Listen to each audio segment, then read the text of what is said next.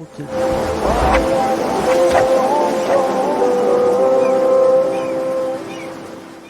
Salut. Alors, bonsoir. Salut, bonsoir. Bonsoir tout le monde et bienvenue dans ce nouveau live des décodeurs. Ouais. Vous qui êtes là en direct, encore très nombreux, et ceux qui regardent en replay. Avant de commencer le live, s'il vous plaît, aidez-nous. N'oubliez pas, prenez l'habitude de partager. Alors, soit le lien du site, soit sur des lives, soit Twitch. Des lives, pour l'instant, on a les meilleurs retours. Ça semble être là où ça marche le mieux. Mais oui, aidez-nous, s'il vous plaît. Partagez ce live. C'est une petite chose qu'on vous demande. C'est important parce que on avance. Et ce soir, on verra que l'interview, il y a beaucoup qui ont vu cette interview du général Flynn, donc c'est une info qui est tombée juste avant. On ne voulait pas en parler parce qu'on n'a pas eu le temps de le regarder à cause du fait qu'on préparait le live. Mais visiblement, il y a beaucoup de gens qui ont dit « Oh là là, il dit que Q, c'est des bêtises et il dit qu'il n'y a jamais eu de plan, etc. etc. » On va analyser ça aussi, mais on n'a pas regardé la vidéo en entier, on a juste vu le passage en question. Et alors, les amis, on va pas trop traîner, on va commencer. Hop, alors ça, je vais fermer. On va commencer avec des drops de Q. Juste, genre, bon, commençons avec la vidéo du général Flynn parce que voilà, elle fait pas partie, on va l'ajouter dans le lien. Elle n'est pas traduite, donc vous avez cette vidéo-là. Alors, je vais zoomer dessus. Et dans cette interview-là, le général Flynn, il apparaît comme voilà, quelqu'un de très humble et qui dit non, nous on fait rien, il n'y a rien qui se passe en arrière-plan, ce qu'on devait faire, on l'a déjà fait, blablabla, bla, bla, bla, et qu'il n'y a pas de plan et que maintenant ça va être Biden pendant 4 ans, etc. etc. Sauf que, est-ce que vous vous rappelez, il y a de ça, juste après le 20 janvier, on vous a dit, actuellement, la désinformation, elle coule des deux côtés. Du côté des patriotes, aussi bien que du côté de l'État profond. Donc là, nous vous avons dit qu'on ne peut que suivre l'actualité. On ne peut pas trop se projeter parce qu'on n'a aucune idée de ce qui se passe. Par contre, on avait remarqué une volonté assez forte de la part des patriotes de pousser la désinformation à fond. Avec les posts de Lynn Woods qui parlaient des trucs super bizarres, et avec des gens assez connus, enfin assez efficaces dans le milieu, on va dire, qui commençaient à dire des choses bizarres. Donc nous, on a dit, bon, vas-y, nous, on lève le pied plutôt que de vous induire en erreur, on va arrêter de chercher la petite bête, quoi. Ils sont en plein mission, on les laisse faire. Voilà, des informations made in Patriot. Pourquoi? Question d'optique. Question d'optique, et aussi il nous envoie un message, je pense, à tous les soldats digitaux pour dire maintenant, levez le pied, il faut qu'on entre un petit peu dans une période inaperçue, tu vois, donc nous on va essayer de lever un peu le pied sur Q, dommage parce que ce soir on va en parler un petit peu quand même, mais je pense au prochain live et jusqu'à ce qu'on a des nouvelles ordres, on va juste lever le pied et laisser tout ça dans un coin temporairement. Par contre, je vous invite à faire attention sur le fond qu'il a choisi derrière lui. Que voyez-vous? Qu'est-ce que tu vois, Pepito? Raphaël. Une énorme vague. Une Voilà. très grosse vague sur le point de s'abattre. Alors, je pense l'image, elle n'est pas du tout optimale pour cette scène. Je pense qu'ils se sont, enfin, un fond avec une pièce pas du tout décorée, une lumière de chiottes, ça serait mieux en termes d'image. Mais malgré tout, ils ont mis ça. Je pense qu'il essaie de nous dire quelque chose avec le message derrière. La vague, c'est un symbole qui nous dit quelque chose. Premièrement, qu'est-ce qui se passe avant la vague arrive? Avant que la vague arrive, l'eau, elle baisse. Voilà. Dans le cas d'un tsunami, qui est une très très grosse vague, l'eau, elle part carrément. Donc, là, en l'occurrence, peut-être qu'on est dans le creux de la vague. Par contre, elle arrive. Donc, je pense que cette vidéo-là, elle est là pour brouiller les pistes. On a toutes les raisons de le croire. C'est pas comme si on vous avait pas prévenu dans les 2 derniers lives que les patriotes ont lancé la désinformation. Donc, voilà. Il faut garder aussi en tête que le général Flynn, c'est le seul qui a dit Where we go one, we go all quand il a prêté serment au drapeau américain. Il a fini par Where we go one, we go all en se liant directement avec Q. Donc, voilà, cette interview, elle vaut ce qu'elle vaut. Si en plus, elle est sur YouTube, elle reste sur YouTube. Donc, en ce qui me concerne, je vais la regarder juste par curiosité parce que c'est le général Flynn et j'aime bien. Mais par contre,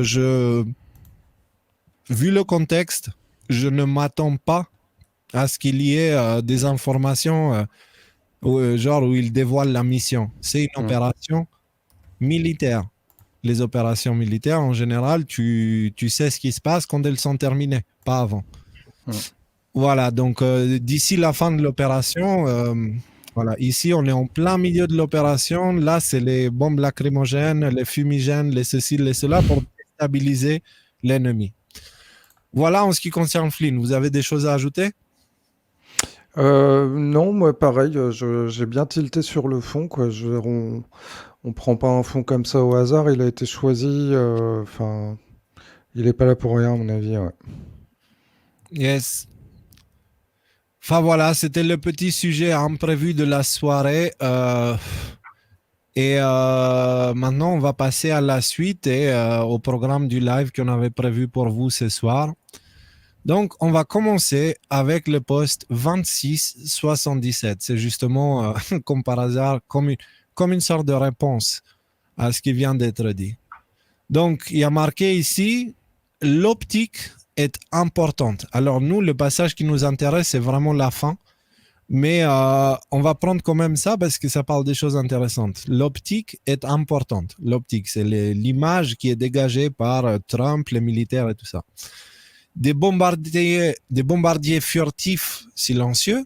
Donc, on sait ce qu'il veut dire par bombardier furtif. C'est genre, il y a des gens qui travaillent dans l'ombre pour faire avancer les choses. Et ils sont furtifs pour une raison. Il ne faut pas que l'État profond comprenne le plan des patriotes. Donc, relisez Mueller, conçu pour tombe. Sondez la conclusion à venir. En gros, il essaie de nous donner des petits indices et par la suite, il nous donne des petits messages codés. Ce à quoi il y a une réponse qui dit « Nous ne sommes jamais partis.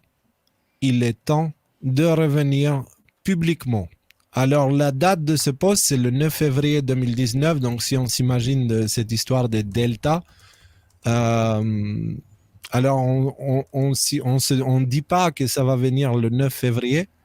Par contre, c'est possible que le mois de février soit un mois plus surprenant que ce qu'on imagine. Il y a un truc, c'est en fait, en général, des stratèges comme Trump et ceux qui font l'opération militaire, c'est quand tout le monde ne l'attend pas, c'est là où ils vont frapper, en fait. Parce que c'est là où les autres baissent la garde, en fait. Et actuellement, si vous regardez, même les soldats digitaux, ils ont commencé, certains sont partis, etc., etc. C'est le moment où on pense que tout est perdu, le moment le plus froid de la nuit. Eh ben, on est en train d'entrer, on est en plein dedans. L'interview du général Flynn vient jeter un coup de vent extra congelé. Je pense que les rayons de soleil vont pas tarder. C'est vraiment le moment le plus froid de la nuit. Donc, le mois de février risque d'être très intéressant. Donc, ça, c'est le premier post. Le deuxième post qu'on voulait voir, c'est... alors, la traduction, elle est juste... Bon, voilà. Et en anglais, j'avais mis...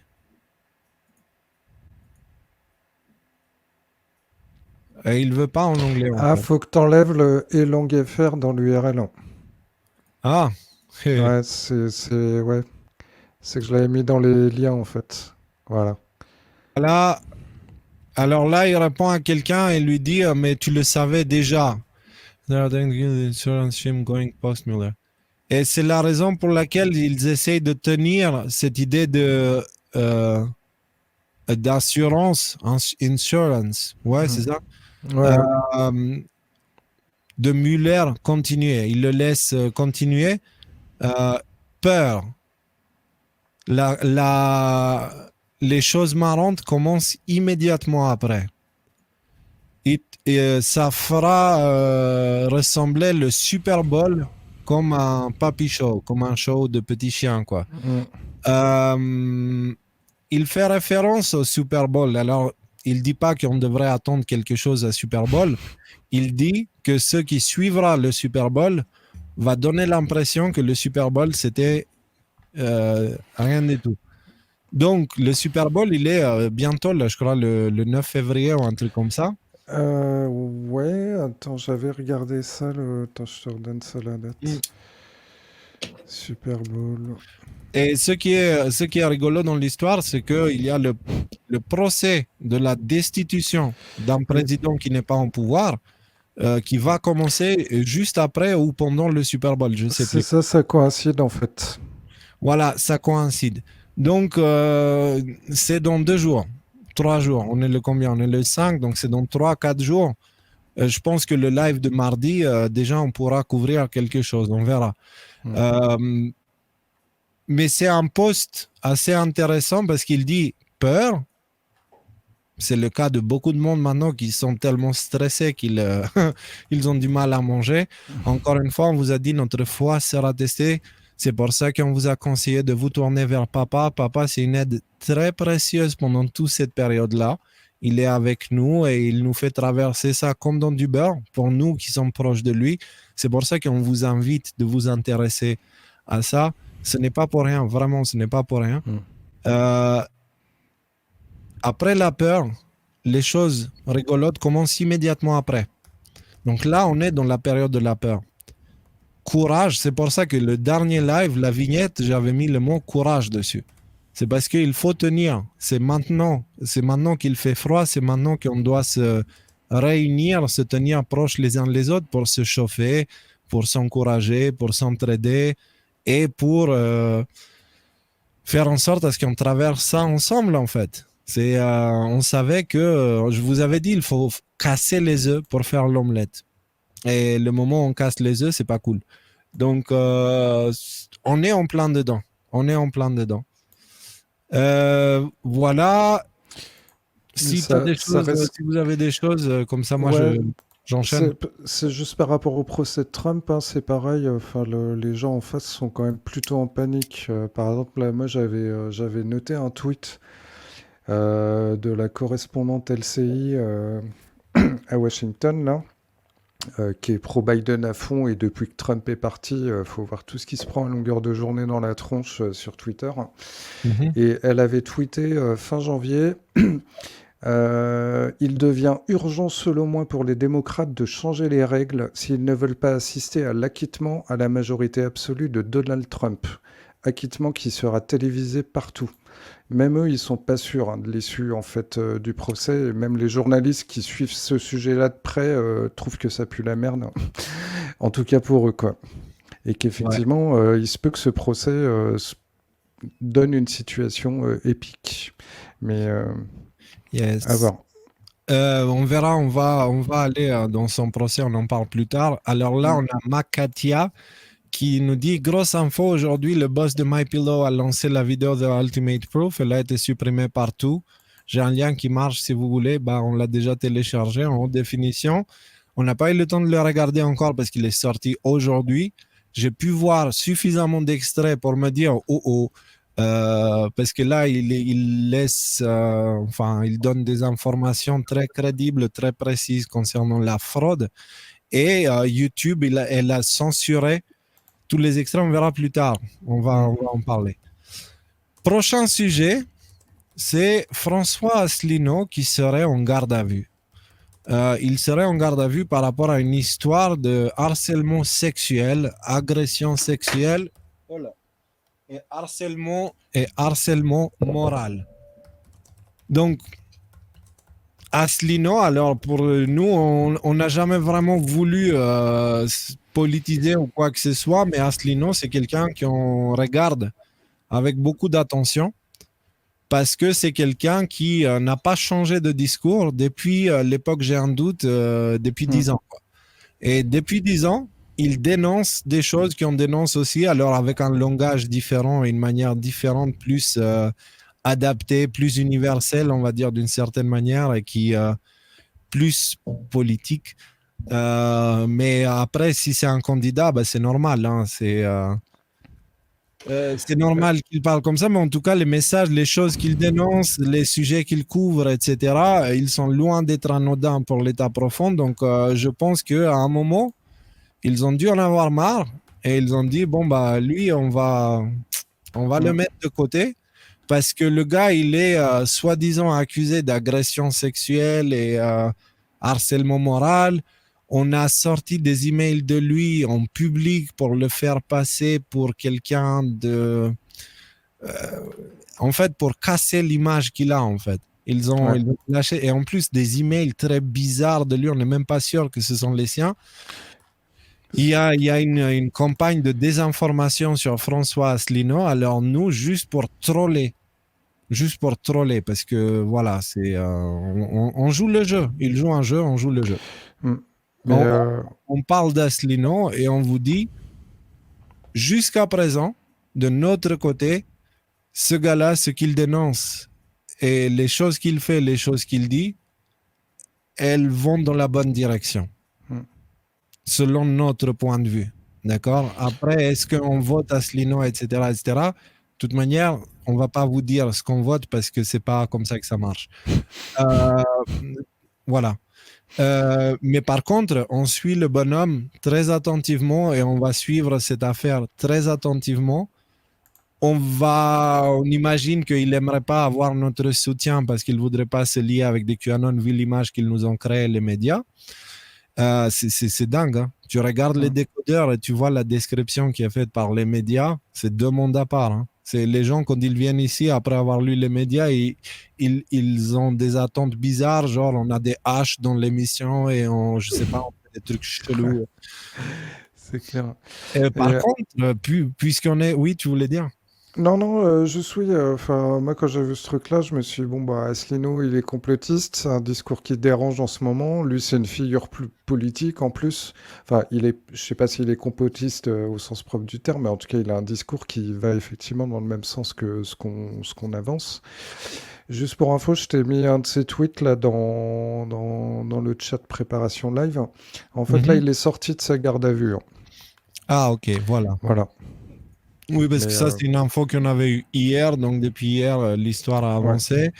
Il dit, je suis sorti de garde à vue et j'ai été reçu par le juge d'instruction qui m'a mis en examen. Ah ouais, carrément. Je vous rassure, malgré la violence inouïe de tout ce processus, je vais bien et je suis plus déterminé que jamais à démonter ces accusations instrumentalisées dans un but politique.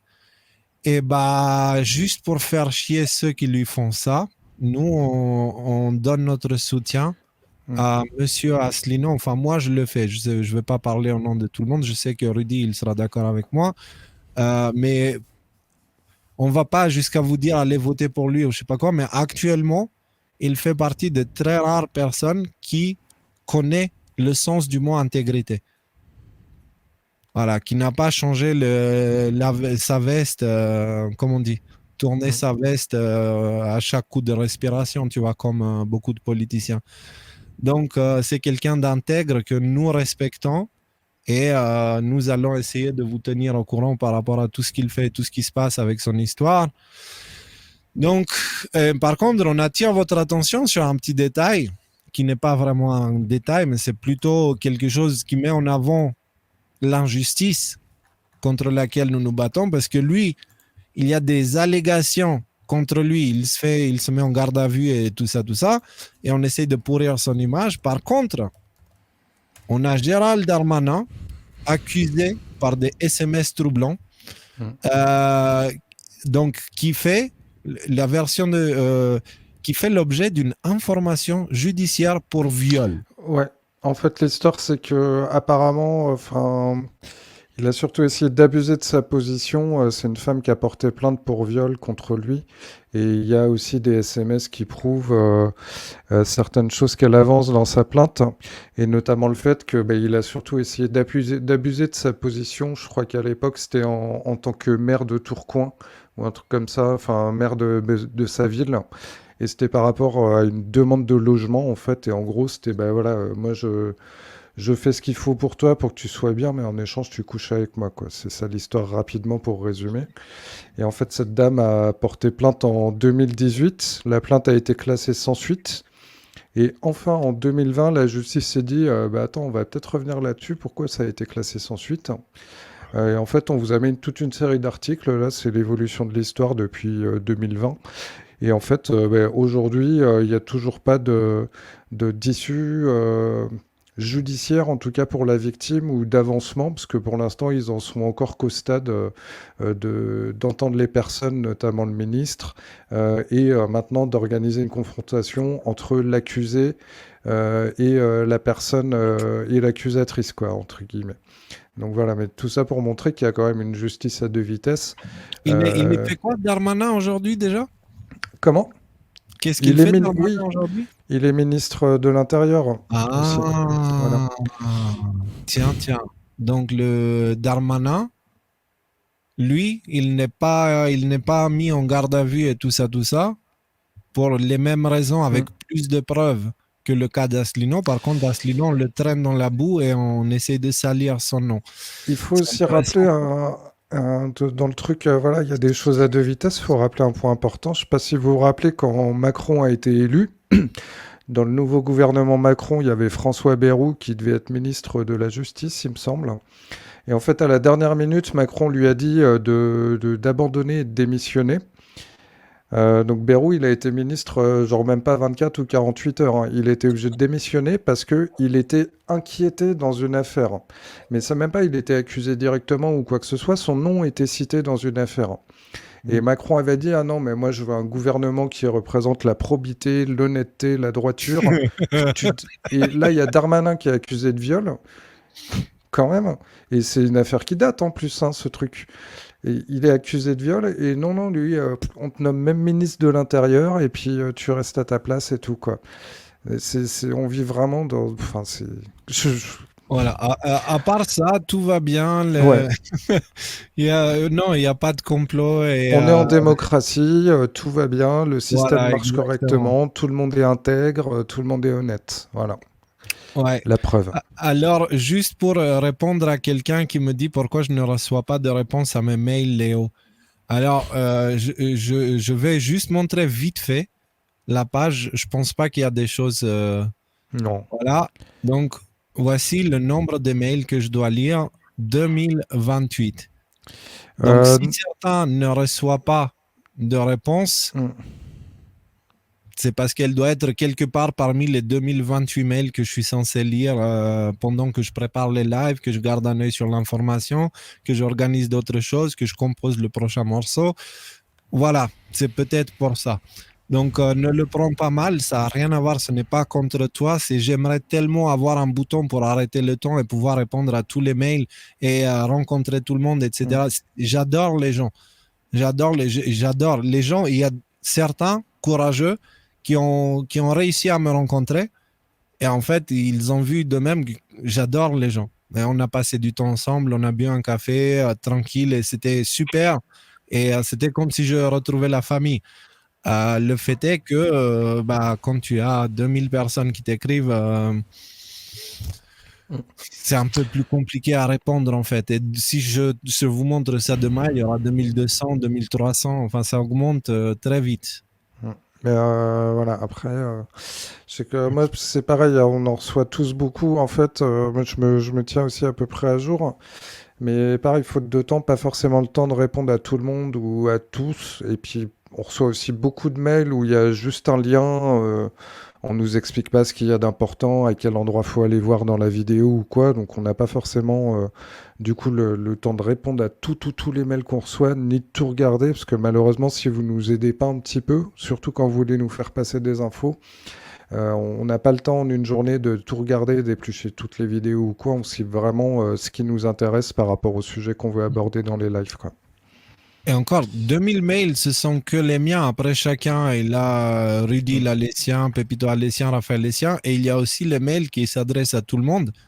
Et là, il y en a 5000 en attente. Mm. Donc, voilà, c'est vraiment, on essaye de faire au mieux. Mais à un moment donné, c'est une question de technique. C'est techniquement impossible. De Une temps, journée à de 24 temps tout heures. Et simplement. Voilà. voilà. Bah, j'attends la machine à voyager dans le temps, comme ça, hop, je reviens au début de la journée, je fais ce que j'ai pas eu le temps de faire, et puis après je vais me coucher, quoi. Ouais, on l'attend, cette machine. Donc, la chute des cas de Covid. Alors là, la ligne rouge, c'est le 20 janvier. Alors, c'est le 20 janvier ou pas? Non, oui, non, oui. Alors oui, c'est le Euh, 16 janvier. Voilà, ça doit être quelque part là, le 16 janvier. Vous avez tout ça dans l'article qui vient avec le live. Euh, Biden est inauguré. Ouais, la ligne rouge, c'est l'inauguration. Hop, les cas de Covid ont chuté. Pourquoi? Parce que l'OMS, il a dit, attendez, avec les tests PCR, on a trop de cycles, peut-être on devrait les baisser. Donc forcément, enfin, on a déjà parlé de tout ça plein de fois. Et on a expliqué que la rhétorique, c'est une fois que Biden est élu, la normale reviendra. Sauf qu'elle reviendra un peu moins normale que ce que les gens attendent. Et puis après, il y aura un autre virus. Ça finira jamais, cette histoire. S'il n'y a pas une intervention vraiment externe pour changer la courbe des choses. Là, c'est pareil. L'inauguration, encore une fois, les hospitalisations, pouf, inauguration qui arrive, ça descend. Pourtant, nous, de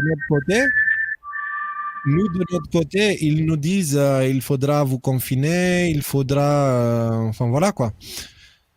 Euh, ah, voilà, exactement. Eh, dis donc, il a pris un peu ton bonhomme. Il a grossi le bonhomme là depuis ces quelques Il est semaines. confiné, il est confiné depuis un an, tu t'attends à quoi? Bah ouais. C'est vrai, c'est vrai. Donc voilà, c'est un peu chéri. Est-ce qu'on est en sécurité maintenant avec son t-shirt resté à la maison? Non, c'est Voilà. plutôt la télé qui dit The COVID is dead. Il dit Oh no, we are safe now. Voilà, Parce c'est que, la télé a dit qu'on peut sortir, alors vite, on va sortir. Et merci Raphaël. C'est exactement ça. Alors, nous, on vous a traduit un article qui a été publié récemment alors je vais regarder la source directement, où vous avez toutes les chartes et tout ce qu'il faut. Oh là là, il y a vraiment beaucoup de chartes, en fait, pour vous montrer à quel point, maintenant que Biden est élu, en fait, tout va bien se passer Mm. parce que voilà, c'est un article de Mail Online. Prenez le temps de le lire si vous avez. Il est un peu long, mais voilà, il vous montre, il vous dit les nouvelles infections ont chuté de 45% aux États-Unis et de 30% dans le monde entier. Ah bon? Pourquoi on est confiné là? Au cours des 3 dernières semaines. Mais les experts affirment que le vaccin n'est pas le principal facteur de cette chute. Ben non, la manipulation aussi. Car seuls 8% des Américains et 13% des habitants de la planète ont reçu leur première dose. Mm. Bah oui, parce que de toute façon, on en avait déjà parlé, là, des cas qui diminuent, ça avait déjà commencé il y a pas mal de temps après l'élection. Où pareil, ils avaient dit ah ben oui, oui, non, mais vous aviez raison, il y a quand même pas mal de décès Covid, entre guillemets, qu'on a mal compté, parce que bah, finalement, la personne est morte de ses comorbidités, mais c'était pas le Covid la cause, c'est parce que la personne avait un cancer ou qu'elle avait eu un accident de moto ou que je ne sais quoi. Voilà. Et c'est comme ça que les chiffres ont baissé. Et ça, c'est pareil, ils ont fini par l'admettre, alors que ça faisait des mois que il y avait d'autres pays qui s'en étaient rendus compte qu'ils l'avaient déjà déclaré, qui avaient dit bah oui, on s'est trompé, on va revoir un peu les chiffres. Et aux États-Unis, ils continuent à le faire. Je sais pas si tu te rappelles, il y avait le CDC une fois qui avait fait des publications indiquant justement qu'ils avaient un peu trop surestimé et surcompté les gens, les décès du Covid. Et d'un coup, je sais plus combien de milliers de morts en moins sur tous les États-Unis, avec des chiffres à la pluie. Et tout avait disparu en 48 heures d'Internet, quoi. en fait, c'est pas compliqué. Vous pouvez voir qu'ils peuvent faire ce qu'ils veulent avec les chiffres. Mm. D'accord? Ils peuvent prendre les chiffres et les trafiquer, ajouter des gens qui sont pas dedans, qui devraient pas être dedans. Ils ont plein de manières de tricher pour ensuite vous montrer ces chiffres et vous dire ah là il faut confiner, c'est la fin du monde, on va tous mourir. Après quand ça les arrange plus, ils retirent les morts, ils disent ah en fait les tests PCR sont trop sensibles, ah oui on a mis trop de morts, il fallait pas et tout, et du coup ça va mieux avec le Covid. Le problème, c'est qu'aux États-Unis, ils disent que ça va mieux. Ici, nous, ils nous confinent, couvre-feu, le test anal, il est pour bientôt aussi. Donc, voilà quoi. Je sais pas si tu as vu, là, la France, finalement, elle s'intéresse au fameux vaccin Spoutnik de la Russie. Ah bon? Bah oui, ils ont passé des semaines et des semaines à faire des publications comme quoi c'était pas possible qu'ils aient fait un vaccin, que c'était de la merde, machin. Hmm. Et là, maintenant, ils commencent à s'intéresser aux vaccins russes parce qu'ils ont des problèmes d'approvisionnement pour atteindre leurs chiffres complètement délirants. Véran, il a dit, voilà, moi, d'ici tant de temps, il y aura 70 millions de Français vaccinés, quoi. Ouais. Moi, en perso, on m'a rien demandé, hein, ça sera pas mon cas. Donc, déjà, vous pouvez retirer un Français sur les 70 millions, monsieur Véran. Revoyez vos calculs. Ouais, moi aussi, ça va aller. Je pense que Deux. je vais faire ça. Donc, Eh ben moi, j'en prends 3. Voilà. alors, on a Katiwa qui dit, mais ils vont dire que ce sont les vaccins qui sont à l'origine de la baisse du Covid. Ben non, justement, dans le titre, il y a marqué, mais les experts affirment que le vaccin n'est pas le principal facteur de cette chute. Voilà. Donc, concrètement, c'est parce que Biden a été élu. Tu vois, le virus est démocrate. Vous comprenez? Et si Biden est élu, le virus, le Covid, tu vois, cette petite chose, regarde Biden et dit, ouais, on a réussi à gagner contre Trump et tout. Vous allez voir, là, en ce moment, les informations, c'est n'importe quoi. N'importe quoi. Vraiment, ils sont en train de nous montrer leur couleur. Mais pas de stress, on n'a pas peur et ça va aller, on va y arriver. Donc, on a le post 4587 de Q qui dit Covid-19, la narrative sera morte le lendemain des élections, genre élection plus 1. Donc, Biden a été nominé. Enfin, pas nominé, qu'est-ce que je dis inauguré, mis en Inauguré. c'est bon, maintenant on peut lever le pied sur le Covid. Par contre, vous verrez après leur plan d'instaurer d'imposer plutôt le grand reset. Il est toujours en cours et on verra ça tout à l'heure. Alors, prochaine. Ah oui, on a aussi des petits articles comme on a trouvé sur lematin.ch, donc c'est suisse, qui dit attraper le Covid en appuyant sur un bouton, très improbable. Et il t'explique les objets fréquemment touchés par de nombreuses personnes ne représentent pas vraiment un danger, selon le AWAG, qui est une institution de recherche. Et, mais du coup, si le Covid ne se transmet pas avec le contact, et s'il ne se transmet pas en aérosol ou comme il disait au début, il peut rester 7 heures en l'air, comment il se transmet en fait? Là, on peut comprendre pourquoi pour le détecter, il faut mettre un coton-tige dans l'anus de quelqu'un en fait. Mais du coup, pourquoi il est aussi contagieux en fait? Pourquoi il est aussi contagieux si pour le repérer, il faut aller chercher loin voilà. Enfin, bref, vous comprenez que leur rhétorique est en train de s'écrouler. Ils ne savent plus quoi inventer. Il n'y a plus rien qui prend. Les gens, ils sont saoulés. Là, ils vont avoir du mal. Hein. Ils vont avoir du mal. Donc, voilà, leur plan suit le cours. Bref, next. Le club mystérieux du siècle. On a eu un article très surprenant et on s'est dit on va parler de ça. On va en reparler un petit peu, ouais. Voilà, donc depuis sa création en 1944, par d'anciens résistants voulant servir de creuset à la future élite dirigeante de la France, ce club élitiste où l'on n'entre que par cooptation a instauré une règle, rien de ce qui se dit pendant ces dîners qui réunissent 200 convives dans les salons de l'Interallié, rue de Faubourg Saint-Honoré à Paris, un mercredi par mois, ne doit pas être répété à l'extérieur. Donc, en fait, on vous avait déjà parlé du siècle il y a quelques lives quand on avait parlé de l'affaire Duhamel. C'est un scandale de pédophilie qui a éclaté en France il y a quelques semaines maintenant. Et Olivier Duhamel, c'est le patron du club Le Siècle dont on va parler là. Et donc, juste pour résumer très très rapidement, en fait, c'est un club d'élite, entre guillemets. Donc, c'est des chefs d'entreprise, des personnes très très haut placées, des grandes fortunes, des représentants des médias, des journalistes, et on le verra plus tard aussi, des hommes politiques qui font partie de ce club et qui se réunissent donc un mercredi par mois pour dîner tous ensemble le soir. Et, euh, et puis échanger sur divers sujets et variés. Ça peut être la culture, le dernier album de Jane Birkin, ou ça peut tout à fait aussi parler de politique ou de discours médiatiques à tenir, ou de quelles seront les nouvelles tendances. Enfin voilà, c'est un club très très secret et qui soulève toujours beaucoup de questions et auxquelles pour l'instant il y a toujours aussi très peu de réponses. Et là encore, quand on parle du siècle, c'est une théorie complotiste. Mm. Donc voilà, on a une petite vidéo là qui résume Alors, parmi là ce que vous allez voir à l'écran, pareil, c'est des vidéos en fait qui ont été faites en 2010. Alors vous allez me dire, ça date. Effectivement, c'est que le siècle, il y a beaucoup de gens qui s'y sont intéressés en 2010. Il y a eu beaucoup de rassemblements devant les lieux où avait lieu le dîner à cette époque-là. C'était à l'Automobile Club de France à Paris. Très vite, à force de se faire virer, les gens, à chaque dîner, ils se faisaient virer par la police. Petit à petit, il y avait de moins en moins de personnes. Et aujourd'hui, il y a des gens qui continuent à manifester. Les Gilets jaunes constituants, notamment, continuent à y aller. Mais ça intéresse plus personne. Et c'est pour ça qu'on a déjà très peu d'images de base sur ce sujet sur Internet.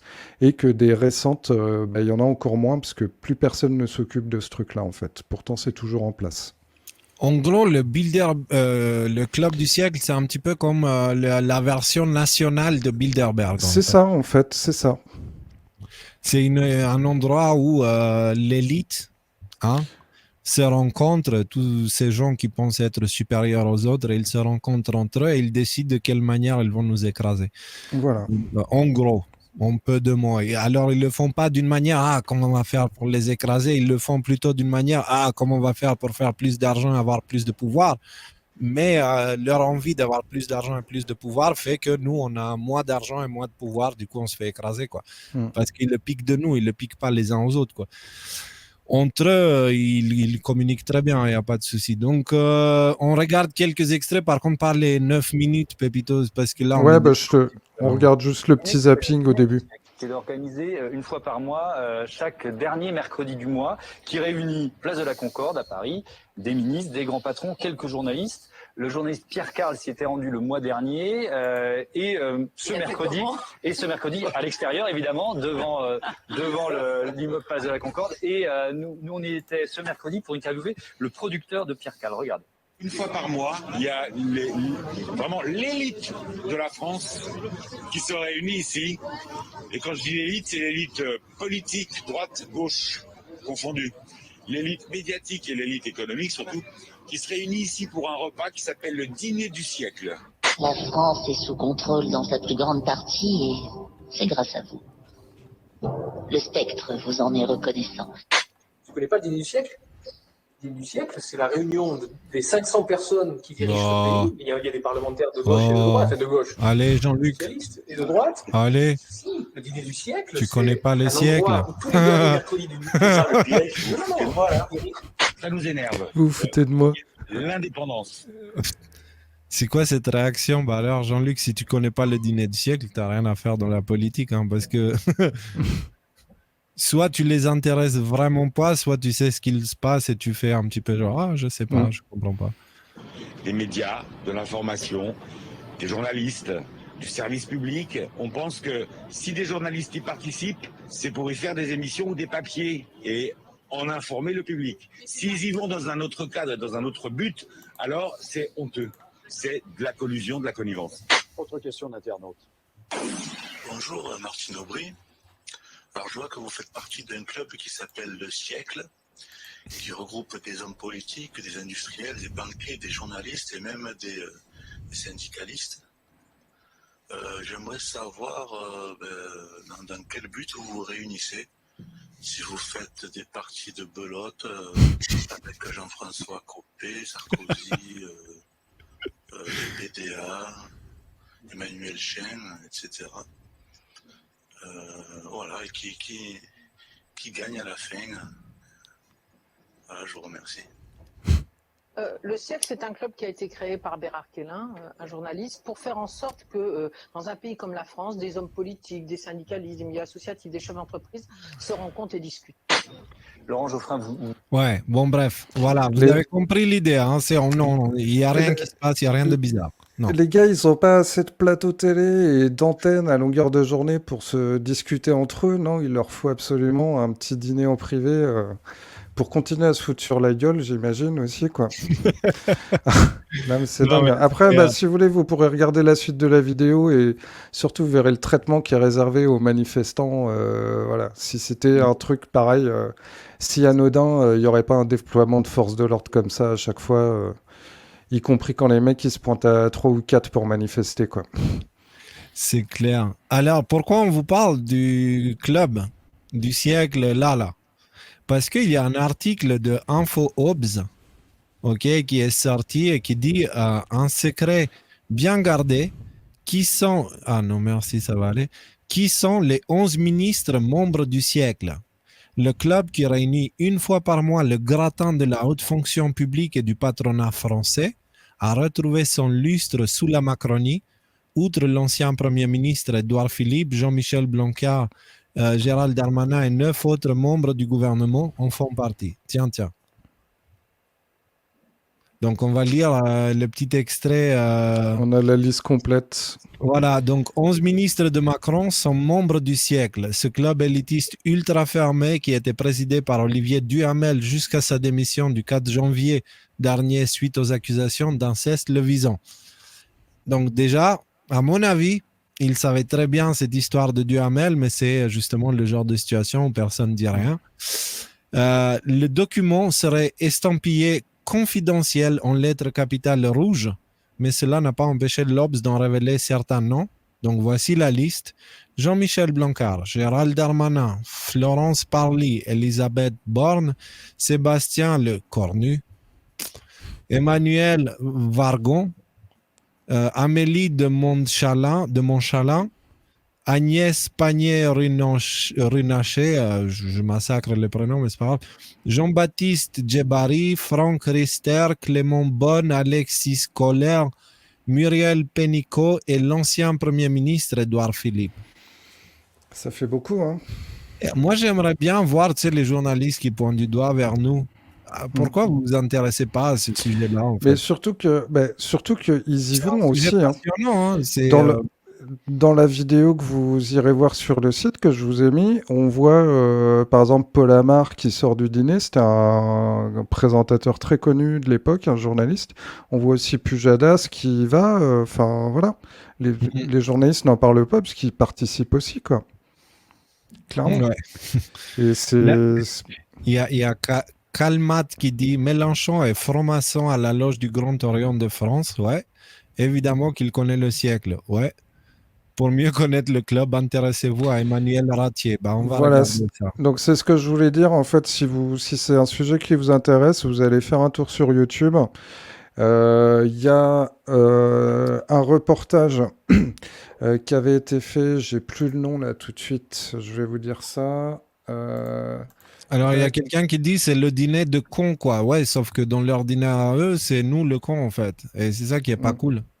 Voilà, donc il y a un reportage qui a été fait sur le cercle des volontaires. Et il y a aussi notamment une interview d'un auteur qui s'appelle Ratier et qui a fait un livre sur le sujet et qui connaît très bien le sujet. Et dans ce fameux reportage sur YouTube du cercle des volontaires sur le dîner du siècle, vous aurez beaucoup plus d'informations et surtout sur l'histoire de ce club. Et vous verrez les mecs, ils ont filmé les gars qui rentrent au dîner et qui en ressortent, et ça fait un paquet de monde, et il n'y en a aucun qui veut s'exprimer sur le sujet, quoi. Ouais. Donc voilà. Enfin, voilà, intéressez-vous à ce sujet. Voilà, vous comprendrez aussi que si les médias ne l'abordent pas, c'est qu'il y a des raisons bien spécifiques pour lesquelles ce qui se passe là-bas doit rester discret, même si ça n'a aucun sens d'un point de vue moral, parce que tu prends pas des politiciens de tous les côtés avec des journalistes, avec des industriels et les mettre ensemble, parce que en ayant interdiction de sortir ce qui est dit dedans. Parce que c'est le principe même du complot, en fait. Ouais. C'est Et, le principe même du complot. Le dîner du siècle, il l'applique à 100%. Un groupe de gens qui se réunissent pour prendre des décisions. Enfin, voilà. Mais c'est ça. Et donc là, clairement, effectivement, c'est des réseaux d'influence, quoi, qui vont influencer sur ce qui va se dire dans les médias, sur la politique, mettre au parfum aussi, travailler avec les entreprises, enfin voilà, pour que tout le monde soit coordonné. Et après, c'est quand même le cœur de ce qui nous a rassemblés tous ensemble ici encore ce soir. C'est-à-dire qu'on a des doutes. Et là, ce genre de choses, ça éveille clairement le doute. Et par rapport au siècle, il n'y a jamais aucune réponse concrète qui n'est apportée à ça, ni aucune démonstration. Voilà, montrez-nous ce que vous faites pendant le dîner du siècle, de quoi vous parlez, et puis comme ça, on pourra juger si oui ou non vous traficotez dans le dos des Français, en fait. Ouais. Et juste pour finir là-dessus, donc il y a aussi donc les fameux gilets jaunes constituants qui font souvent des actions encore aujourd'hui devant le dîner du siècle. Et au passage, j'en profite pour saluer mon copain Wilson, avec qui j'étais allé il y a 10 ans au dîner du siècle et on s'est fait ramasser par les flics et bien taper dessus. Et là, il continue toujours à y aller. Voilà, bravo les gars. Le livre de Ratier, il s'appelle Au cœur du pouvoir. C'est ça. Ok, et ben là on continue. Alors on va parler vite fait, mais on commence à avoir des informations très très bizarres qui sortent là. Donc on a fait une capture comme ça parce que Pépito saura certainement vous expliquer pourquoi. Oui, non, c'est parce que l'article du Parisien était payant en fait avec tout le texte flouté. Et je sais pas, j'ai cliqué, tout le texte est devenu plus flouté et il s'est retrouvé enregistré sur notre site en fait. Oh, Ouais, je Voilà. sais pas. Quel accident! C'était un accident. Ouais. Donc voilà, si ça vous intéresse, il y a tout le détail de l'histoire. L'article, il est vraiment très complet. Et nous, on voulait parler de ça surtout parce que, ben, encore une fois, un truc très étrange. Alors, on va juste lire un petit extrait parce que vous Ouais. allez voir, il y a des mots-clés qui font tching chez les complotistes en fait. Il y a DGSE, service secret, il y a franc-maçon et il y a des tueurs à gages. Donc, c'est pas un arlequin qu'on lit là et c'est pas un film Netflix, c'est une vraie histoire. Donc, l'affaire était déjà rocambolesque, elle prend une tournure encore plus incroyable et inquiétante. L'enquête sur la tentative d'assassinat d'une coach en entreprise hypnotiseuse dans laquelle plusieurs militaires de la DGSE sont impliqués. Donc déjà, plusieurs militaires de la DGSE sont impliqués dans une tentative d'assassinat d'une coach en entreprise. What the fuck? Tu vois, déjà, premièrement, tu fais... Hein? Et ensuite, ça continue par a mis à jour, donc cette affaire a mis à jour l'existence d'une officine privée de tueurs à gages nichée au cœur d'une loge maçonnique de l'Ouest parisien. Hein? On est d'accord que là, il y a tous les mots-clés, quoi. Ah ben oui, oui. Puis, quand tu fais le résumé rapide de l'histoire, voilà, en fait, c'est un monsieur qui lui-même est coach, en fait, et qui a lancé un contrat sur la tête de la victime, parce que elle essayait de mettre en place des choses, mettre en place un label par rapport à leur métier qui, lui, l'aurait impacté financièrement dans son activité, en fait. Donc, il est allé dans sa loge, il a lancé un contrat sur la tête de cette dame.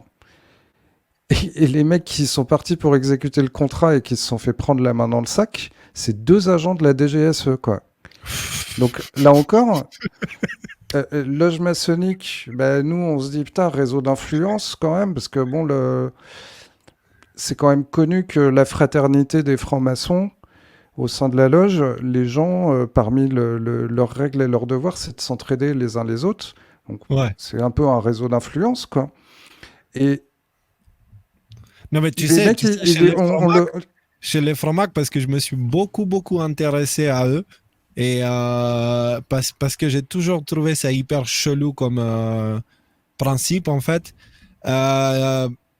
c'est une fois que tu vas dedans, déjà tu passes à un rituel qui est humiliant, genre un truc dégoûtant. Moi, quand j'ai vu ça, je me dis, non, déjà, moi, j'y serai jamais. Mais par la suite, ils te font jurer avec, avec ta propre vie, en fait, que tu ne vas jamais rien dévoiler de ce qui est dit dedans. Tu vois, c'est genre les secrets restent des secrets et tu dois faire un signe, genre comme ça. Ça pue le caca. Ça, en fait, ça pue la secte mode international, le truc, tu vois. Et quand tu vois ce genre d'informations, expliquez-moi, vous tous les journalistes et politiciens et tous ceux qui détestent le complotisme, comment vous voulez qu'il n'y a pas de théorie de complot quand on tombe sur des nouvelles comme ça? Vous avez déjà des gens qui dénoncent ce genre de choses depuis des années et des années et des années. Et là, on voit dans les articles, ça sort maintenant. Donc, dans une loge maçonnique, quelqu'un était saoulé avec quelqu'un d'autre. Il a dit à ses copains, hey, les gars, j'ai besoin de m'en débarrasser. Aucun souci. Ils envoient des tueurs à gages qui s'avèrent être des agents de la DGSE. Donc, DGSE et franc-maçonnerie. Non, Ça puis va. moi, ce qui m'interpelle aussi là-dedans, même en mettant complètement de côté le côté franc-maçonnerie, voilà, même sans ça, je veux dire, là, les gars, ils exécutaient un contrat, c'est quand même des agents représentants de l'État. Alors c'est pareil, quand on vient nous dire, ah mais arrêtez de voir des complots partout, c'est pas vrai, les gens sont intègres, il n'y a pas de corruption, il n'y a pas de réseaux extérieurs qui viennent influer sur la politique française ou sur les institutions Mais non. ou sur le bon fonctionnement de la démocratie. Juste, putain, tu viens juste de lire Le Parisien, pourquoi est-ce que tu viens me raconter ça maintenant, quoi, tu vois, enfin... C'est n'importe quoi. C'est n'importe quoi. C'est d'un côté, tu as ce que les gens, les médias expliquent pour essayer de démonter nos questions et puis de nous remettre dans le droit chemin. Et puis de l'autre côté, bah, il y a toutes ces nouvelles-là qui continuent d'affluer, quoi. Donc je sais pas, c'est bizarre. Voilà, nous en tout cas, on continue à creuser parce qu'on nous traite de complotistes et on nous traite de plein de choses. Bah voilà, et essayez plutôt que de nous pointer du doigt, nous, pour ce que nous sommes, regardez, c'est le Parisien qui en parle. C'est le Parisien qui en parle et pas que. Le Point en parle aussi. Et le commanditaire présumé d'une tentative de meurtre par des agents de la DGSE arrêté. Bref, c'est voilà. On va dire que voilà. On a aussi un autre article, c'est qui là cette fois? C'est le C'est le Parisien. même en fait. J'ai Ok. remis le même pour que vous vérifiez que c'est bien l'article original qui s'est retrouvé par magie décodé sur le site internet. Et puisqu'on est Voilà. dans le sujet des services de ce genre qui se retrouvent impliqués à des choses bizarres, là on a un article qui nous vient des États-Unis, le FBI, donc 2 agents tués, 3 blessés et le suspect est mort en Floride. Mais ce qui est intéressant et ce qu'il faut relever, c'est 2 agents du FBI ont été tués et 3 autres blessés dans une fusillade qui a éclaté mardi lorsqu'ils sont arrivés pour fouiller un appartement dans une affaire de pornographie infantile. Un affrontement qui a marqué l'un des jours les plus sanglants de l'histoire du FBI. Le suspect se serait suicidé. Tiens, tiens.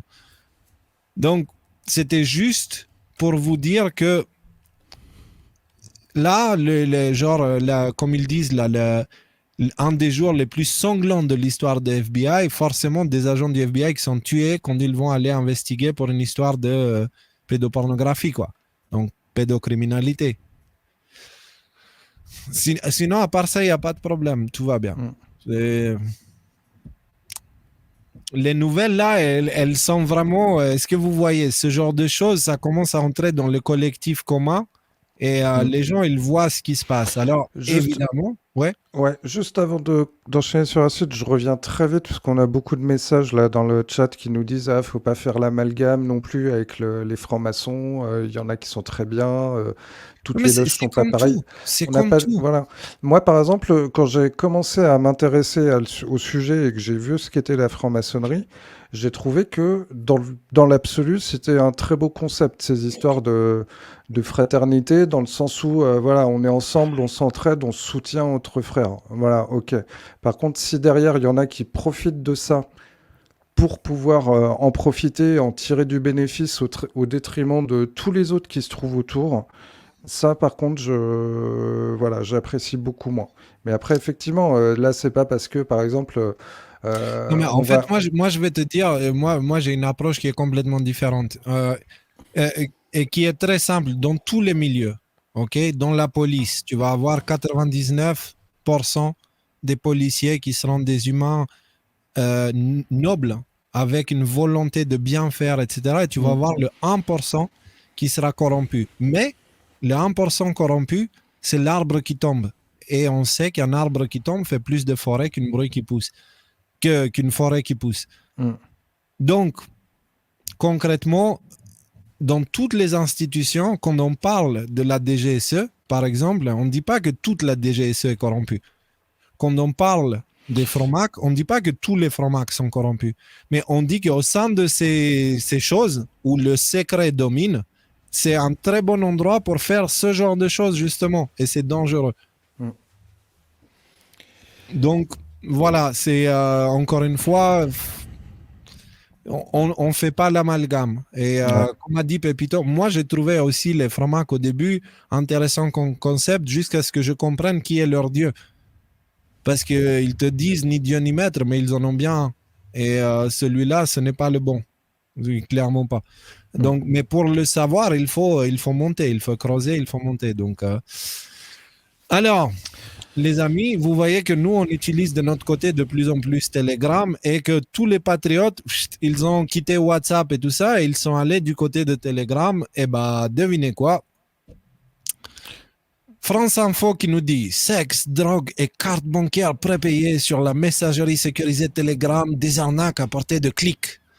Donc, ça y est, Telegram commence à représenter un danger pour eux et du coup, il faut commencer à attaquer Telegram et à le rendre inutilisable en France éventuellement Ouais. et tout ça, quoi. Bah, en tout cas, voilà, ils mettent un gros coup de pression, peut-être aussi pour dissuader les gens de l'utiliser. Pareil, quand il y a eu le grand déménagement, là, que tout le monde est parti sur Telegram, sur Parler, que Parler a fermé et tout, il y a une association qui a essayé d'assigner Apple en justice en leur demandant de retirer Telegram de leur store. Ça, je crois que ça n'a pas donné de suite. Et pareil, il y a eu plein de publications de cet ordre-là, et notamment en France, il y a même LCI qui faisait de la pub, enfin un reportage pour faire la promotion de Signal, pour inciter les gens à ne surtout pas utiliser Telegram, mais à aller sur Signal. Et après, moi, je peux vous dire rapidement par rapport à Signal, ce que c'est mon métier. Signal, on n'est pas totalement, complètement anonyme, contrairement à ce qu'ils prétendent. C'est comme sur Telegram. Votre compte, il est forcément rattaché à un numéro de téléphone. Et toutes vos métadatas qui se retrouvent sur les serveurs de Signal ou qui transitent, elles sont elles aussi identifiables car rattachées à votre numéro de téléphone. Donc il n'y a pas de système 100% anonyme. Et voilà, moi perso, je préfère utiliser Telegram. Je suis pas allé sur Signal parce que ça me saoulait de rechanger encore d'application et j'ai plus confiance dans Telegram que dans Signal. Ok, voilà. Telegram, du coup, il se fait attaquer. Je pense qu'ils auront du mal à le choper, à le couper. J'ai compliqué, conscience ces nouveaux mondes qui nous demandent allez-vous parler du général Flynn qui vient juste de dire blablabla. On en l'a a fait. parlé au début du live, donc si tu l'as pas vu, attends le Tu replay. verras en replay. C'est au tout début du live, c'est le premier sujet qu'on traite, c'est celui-là. Et là, on a Catherine Page qui dit dans les loges du 33e degré, il y a des rituels sataniques. Je sais pas, parce que j'ai jamais été assisté à quoi que ce soit dans 33e degré parce que c'est extrêmement secret. Et je pense qu'il y a peu de gens, c'est le genre d'information qui sort pas. Par contre, oui, c'est leur croyance. Enfin, j'ai lu suffisamment et leur passé, leur histoire, d'où ils viennent, qu'est-ce qu'ils ont fait, etc. pour vous dire qu'en fait, c'est des lucifériens concrètement. C'est à la fin, quand tu arrives tout en haut, ils te disent, voilà, notre Dieu, c'est Lucifer. Voilà, en gros. Donc, voilà, donc on ferme ça. Et alors aussi pour vous dire, c'est bon, on a compris qu'Alexis a un live à 23h. C'est pour ça, et c'est la raison pour laquelle on essaye de faire vite pour avoir fini avant 23h et aussi vous balancer le lien pour que vous allez regarder le live d'Alexis que nous aussi on va regarder. Donc voilà. Voilà. Alors, notre sujet préféré. Vous nous avez tanné déjà mardi et puis quelques jours avant pour qu'on parle de David Icke. Du coup, c'est parti là. On va en reparler encore ce soir. Voilà, donc moi je vais mettre un petit extrait à 23, à 22h30, ou c'était combien? 23h30, 23h29, voilà. Je vous mets un petit extrait. Alors je vais le mettre en vitesse accélérée, comme ça on peut avoir le temps de regarder Alexis après. Ouais, puis là, il y a pas Rudy, on peut se le mettre en double vitesse, ça sera Voilà, audible. exactement. Écoutez ce qu'on a dit au live précédent. Donc, David Icke, pour revenir à ce gars, sachez, soyez bien conscients, si jamais vous avez décidé de le suivre et vous avez des doutes, ce mec-là, avec d'autres comme Alex Jones, ce sont la raison pour laquelle les complotistes passent pour des cons. Parce que quand des gens se posaient des questions sur les attentats de 11 septembre, David Icke leur disait c'est des reptiliens qui l'ont fait depuis le cœur de la Lune qui serait creuse. Je rigole pas, c'est ce qu'il disait. Il a fait des bouquins et il a vendu des bouquins sur ça. Je confirme. Donc, quand les médias ont commencé à parler de complotistes, etc., ils ont pris ces histoires de reptiliens et tout ça. Et donc, à l'époque, si tu te posais des questions sur le 11 septembre, pire encore, ils ont commencé à parler de ceux qui nient les attentats du 11 septembre. Il n'y a personne qui nie les attentats du 11 septembre. Ce n'est pas ça. Mais les médias, pourquoi? Parce qu'il y avait des gens comme David Icke qui disaient non, les avions n'étaient pas réels, c'était des hologrammes. Donc, c'est ce genre de personnes, ils ont été un problème constant, et tous ceux qui les partagent d'ailleurs. Parce que ceux qui les partagent, ils sont encore plus dégueulasses parce qu'ils jouent avec les mots-clés. En ce moment, c'est devenu une mode, une triste mode, lancée par les médias. Attaquer le QAnon, ça génère des clics. Et donc, il y a ces putaclics qui vont parler de ces sujets-là. Je ne veux pas dire de qui je parle, mais il se reconnaît, il a créé un site et c'est devenu un commerce. Tu vois, il utilise, c'est un businessman qui, avant de lancer le site, il pensait à vendre des t-shirts et des gobelets. Donc, c'est ce genre de personnage qui vous partage David Icke. Pourquoi? Parce que ce qui les intéresse, ce n'est pas de vous informer. C'est de faire de l'argent sur votre dos. Et ça, il y en a dans les médias alternatifs. Et David Icke en fait partie. Alex Jones en fait partie. Et tous ceux qui les partagent font partie. Donc, c'est pour ça, je vous dis, attention, on ne joue pas le même jeu. On n'est pas du tout dans le même tiroir. Donc, nous, on ne prend pas en sérieux David Icke. Voilà donc. J'étais un peu fâché parce que c'est vrai que tous ces gens qui propagent tout et n'importe quoi, ça a tendance à m'agacer en fait. S'il y a un truc qui m'énerve, c'est même pas l'état profond parce que je m'attends pas à autre chose d'eux, mais c'est les médias alternatifs bien pensants qui cherchent à nous informer en nous expliquant que la Terre serait creuse ou que la Lune serait creuse ou que en fait c'est leur tête qui est creuse. Et pourquoi on vous passe cet extrait-là? Parce que Monsieur Merguez, il a frappé encore. Ça date du jour, en fait. Voilà. C'est aujourd'hui, Monsieur Mendez, il a écrit « Placer les reptiliens dans le 7-9 de France Inter ». Et check. dedans, alors on va pas l'écouter, parce qu'on va avoir des boutons qui poussent, mais aujourd'hui, on parle du parcours déroutant et fascinant d'un personnage emblématique de la culture complotiste, David Icke. Donc voilà, du coup, en nous traitant de complotistes, ils nous mettent dans le même tiroir que lui. Et après, ils prennent lui et ils attaquent lui. Et en attaquant lui, ils nous attaquent nous aussi. Voilà, donc en gros, c'est un Britannique de 68 ans qui, dans une vie antérieure, était un footballeur professionnel. Il a également été journaliste sportif pour la BBC, puis il a basculé dans les années 90 pour devenir l'une des vedettes de la complosphère mondiale avec une vingtaine de livres à succès, des conférences tout autour de la planète et bientôt à Paris, un site web avec des millions de vues par mois, une présence sur les réseaux sociaux, blablabla. Bref, une vraie petite star du complotisme. Et qu'est-ce qu'il nous dit dans le truc qu'on ne va pas écouter? Il nous dit justement, il parle des reptiliens, il parle de la lune creuse et de toutes ces choses-là. Et il essaye de tout mélanger ensemble.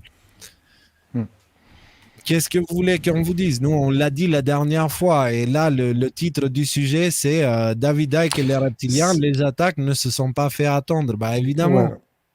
Ouais. Évidemment, donc. Parce qu'en fait, là, David Icke, il a fait parler beaucoup de lui là, ces derniers temps avec la vidéo qu'il a faite.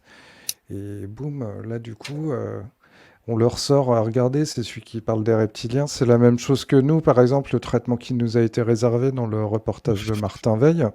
Le seul truc qu'on montre, c'est Oui, alors vous croyez qu'une élite pédophile et satanique dirige le monde? Oui, on est complotiste. Et voilà, boum. Enfin, moi, je repense toujours au message que j'ai reçu ce soir-là. Je veux dire, ouais, les gens, ils m'ont pris, enfin, en tout cas, ceux qui ont pris la peine de m'écrire pour m'envoyer des charmants messages, ils m'ont complètement pris pour un dingue, alors que le reste a été complètement occulté. Donc, David Icke, peut-être qu'il parle de choses intéressantes, qu'il a un discours qui tient la route, qui est intéressant, machin, mais il y a cette histoire de reptilien, là, qui on peut pas mettre de côté. Et ça, ils s'en servent pour le démonter, le faire passer pour un dingue aussi. Et puis, bah, c'est pour ça que nous, on soutient pas et qu'on n'a sûrement pas repartagé de contenu de David Icke, quoi. Et là, là c'est drôle parce qu'il y a The Dude qui dit c'est à croire que Tristan Merguez écoute les lives de Décodeur pour connaître ses prochains sujets. Mais évidemment, évidemment. Ah, mais Des, ouais, des ouais. fois, il nous commente en temps réel carrément. Je l'ai vu plusieurs fois sur Twitter. Un jour, j'avais vu un message. Hey, Tristan, t'as pas vu le dernier live des décodeurs? C'est épique. Et puis là, il dit non, mais de toute façon, j'ai prévu de me le voir en replay. Et Tristan, Tristan, si tu nous regardes, on est d'accord avec toi. David Icke, c'est un con. C'est un gros con. C'est un gros con opportuniste qui saute sur une occasion pour se créer un personnage et un univers et faire de l'argent sur le dos des gens qui l'écoutent. On est d'accord avec toi. On n'est pas comme lui en revanche. On n'a rien à voir avec lui. Rien à voir avec lui. Donc voilà. Ensuite, prochain sujet. Alors, il y a certains qui me disent, et je devrais parler comme dans la vidéo en accéléré, comme ça les gens auraient plus d'infos. Je peux pas. Le débit, il faut que je gère la cadence là, parce que ce qui sort de ma bouche, c'est très important. Ce qui sort de nos bouches, en général, c'est très important. Les mots qu'on prononce, parfois consciemment, parfois inconsciemment, ils ont un impact énorme sur notre avenir. Donc, j'essaye de faire attention à ce que je dis, surtout chez les décodeurs, pour des raisons que j'expliquerai dans le live spirituel. Honfleur, le ministère de la vérité. On vous a trouvé juste vite fait une source pour vous montrer que Emmanuel Macron lance Honfleur sa task force anti-fake news. On en avait parlé au dernier live, j'avais le pull Honfleur et tout ça. Avec bien sûr la DGSE, DGSI et tout ça qui sont dedans aussi et ils veulent mettre leur nez. Vous avez le lien ici, mais c'est un article payant, il n'y a pas grand-chose, il n'y a que le titre, mais par contre, la task force, elle est bien réelle, malheureusement. Et là, on a eu l'équivalent de ça pour voir qu'en fait, au-dessus de la France et des États-Unis de Joe Biden, il y a la même entité qui domine avec le même agenda qui le passe, qui essaye de le faire passer, de le forcer. Nous, on a eu Honfleur, aux États-Unis, ils vont avoir la commission de la vérité. Donc, nous avons mis un article ici du New York Times qui demande à Joe Biden la création d'une commission de vérité pour combattre les fake news. Genre, ministère de la vérité à l'époque de Hitler, c'est ça. Nous, on a notre version qui s'appelle Honfleur et bientôt, ils vont, avec en tête, j'imagine, ils vont mettre président de ça, Rudy Reichstadt avec Tristan. Et aux États-Unis, voilà. Donc, non, mais c'est quand même grave. C'est ce que je te disais ce matin en privé, là. C'est que cette histoire-là, par exemple, Honfleur, le but, là, c'est que c'est une cellule qui a été missionnée pour identifier les partenaires privés qui pourront aider la France dans sa lutte contre la désinformation. Déjà, là-dedans, ce qui est surprenant, c'est que la DGSE et la DGSI soient missionnées pour une consultation publique d'entreprise, quoi. Après, par rapport à ça, qu'est-ce qu'ils peuvent faire pour contrer la désinformation, comme ils l'appellent? C'est faire de la contre-information en masse. Ça, ils le font déjà avec les médias. Les fact-checkers. Voilà, les fact-checkers et compagnie. Puis même n'importe quel média. Tu vas sur le fil Twitter du Monde. On devrait les appeler les fact-checkers. Les fact-shakers. Ils prennent la vérité, ils la mettent dans un shaker et ils la sortent en bazar. Ah, puis ils débitent, quoi. Ouais. Après, quoi, la censure des plateformes, bah, ça c'est déjà fait, en fait. Censure YouTube, Facebook, tout ça, ça marche pas, parce que les mecs, dont nous, on part sur d'autres plateformes, on gère notre propre site internet, enfin voilà, vous nous coupez, il n'y a pas de souci, on trouve une alternative. Donc après, qu'est-ce qui reste? Ils vont demander aux fournisseurs d'accès Internet de dire, bah tiens, les décodeurs.fr, vous me les blacklistez, là, on peut plus du tout accéder à ça en France. Ça, c'est possiblement, c'est une possibilité technique, hein. Ils font ça dans certains pays, comme notamment en Afrique, à certaines périodes, notamment dans certains pays, au moment des élections, ils coupent l'accès carrément aux réseaux sociaux, les gars, quoi. Ça, c'est de la grosse dictature. Et après, c'est quoi? C'est demander à des hébergeurs de virer leurs clients. Là, Amazon, c'est ce qu'ils ont fait. Après, ils ont quand même perdu un paquet de clients aussi qui ont dit non, mais c'est quoi ce délire? Moi, fuck la censure, je vais voir ailleurs. Et ça, ils vont faire quoi? Ils vont demander à des hébergeurs français aussi de dégager des sites comme le nôtre, par exemple, ou autre chose. Enfin, on rentre vraiment dans le ministère de la vérité, quoi. C'est, voilà, il y a un discours et on va l'imposer à tout prix par la censure, par la réécriture de l'information. Enfin, c'est complètement dingue. Et on a le magnifique dessin de Raphaël qui nous illustre parfaitement la situation. Alors, manque de bol pour l'état profond, je suis né en 83, juste avant le monde de Orwell. Donc, moi, j'ai pu l'échapper et je ne fais pas partie de Babylone. Moi non Je plus. suis dehors. J'ai de la chance, je suis né avant aussi. Voilà, l'image de Raphaël, bah, comme d'hab, quoi. Nous, on peut parler pendant des heures. Lui, il nous envoie une image et il nous met en chômage. Merci beaucoup, Raphaël. Alors, un petit article qu'on va survoler vite fait. Le suprémaciste blanc du 6 janvier au Capitole est un démocrate pro-Biden. Donc, vous vous rappelez de ce gars-là que les médias ils ont utilisé pour dire « Ah, regardez, le drapeau des confédérés, c'est des racistes, suprémacistes blancs, et c'est des pro-Trump. Du coup, tous les pro-Trump, c'est pareil. » Déjà, il n'y a aucune logique dans ça, mais c'est pas grave. Ils insistent dans leur truc. Et bah, il s'avère que la personne qui se faisait passer pour un supporter de Trump ayant avec lui le drapeau des confédérés s'avère être un pro-Biden inscrit au Parti démocrate, parti de Biden.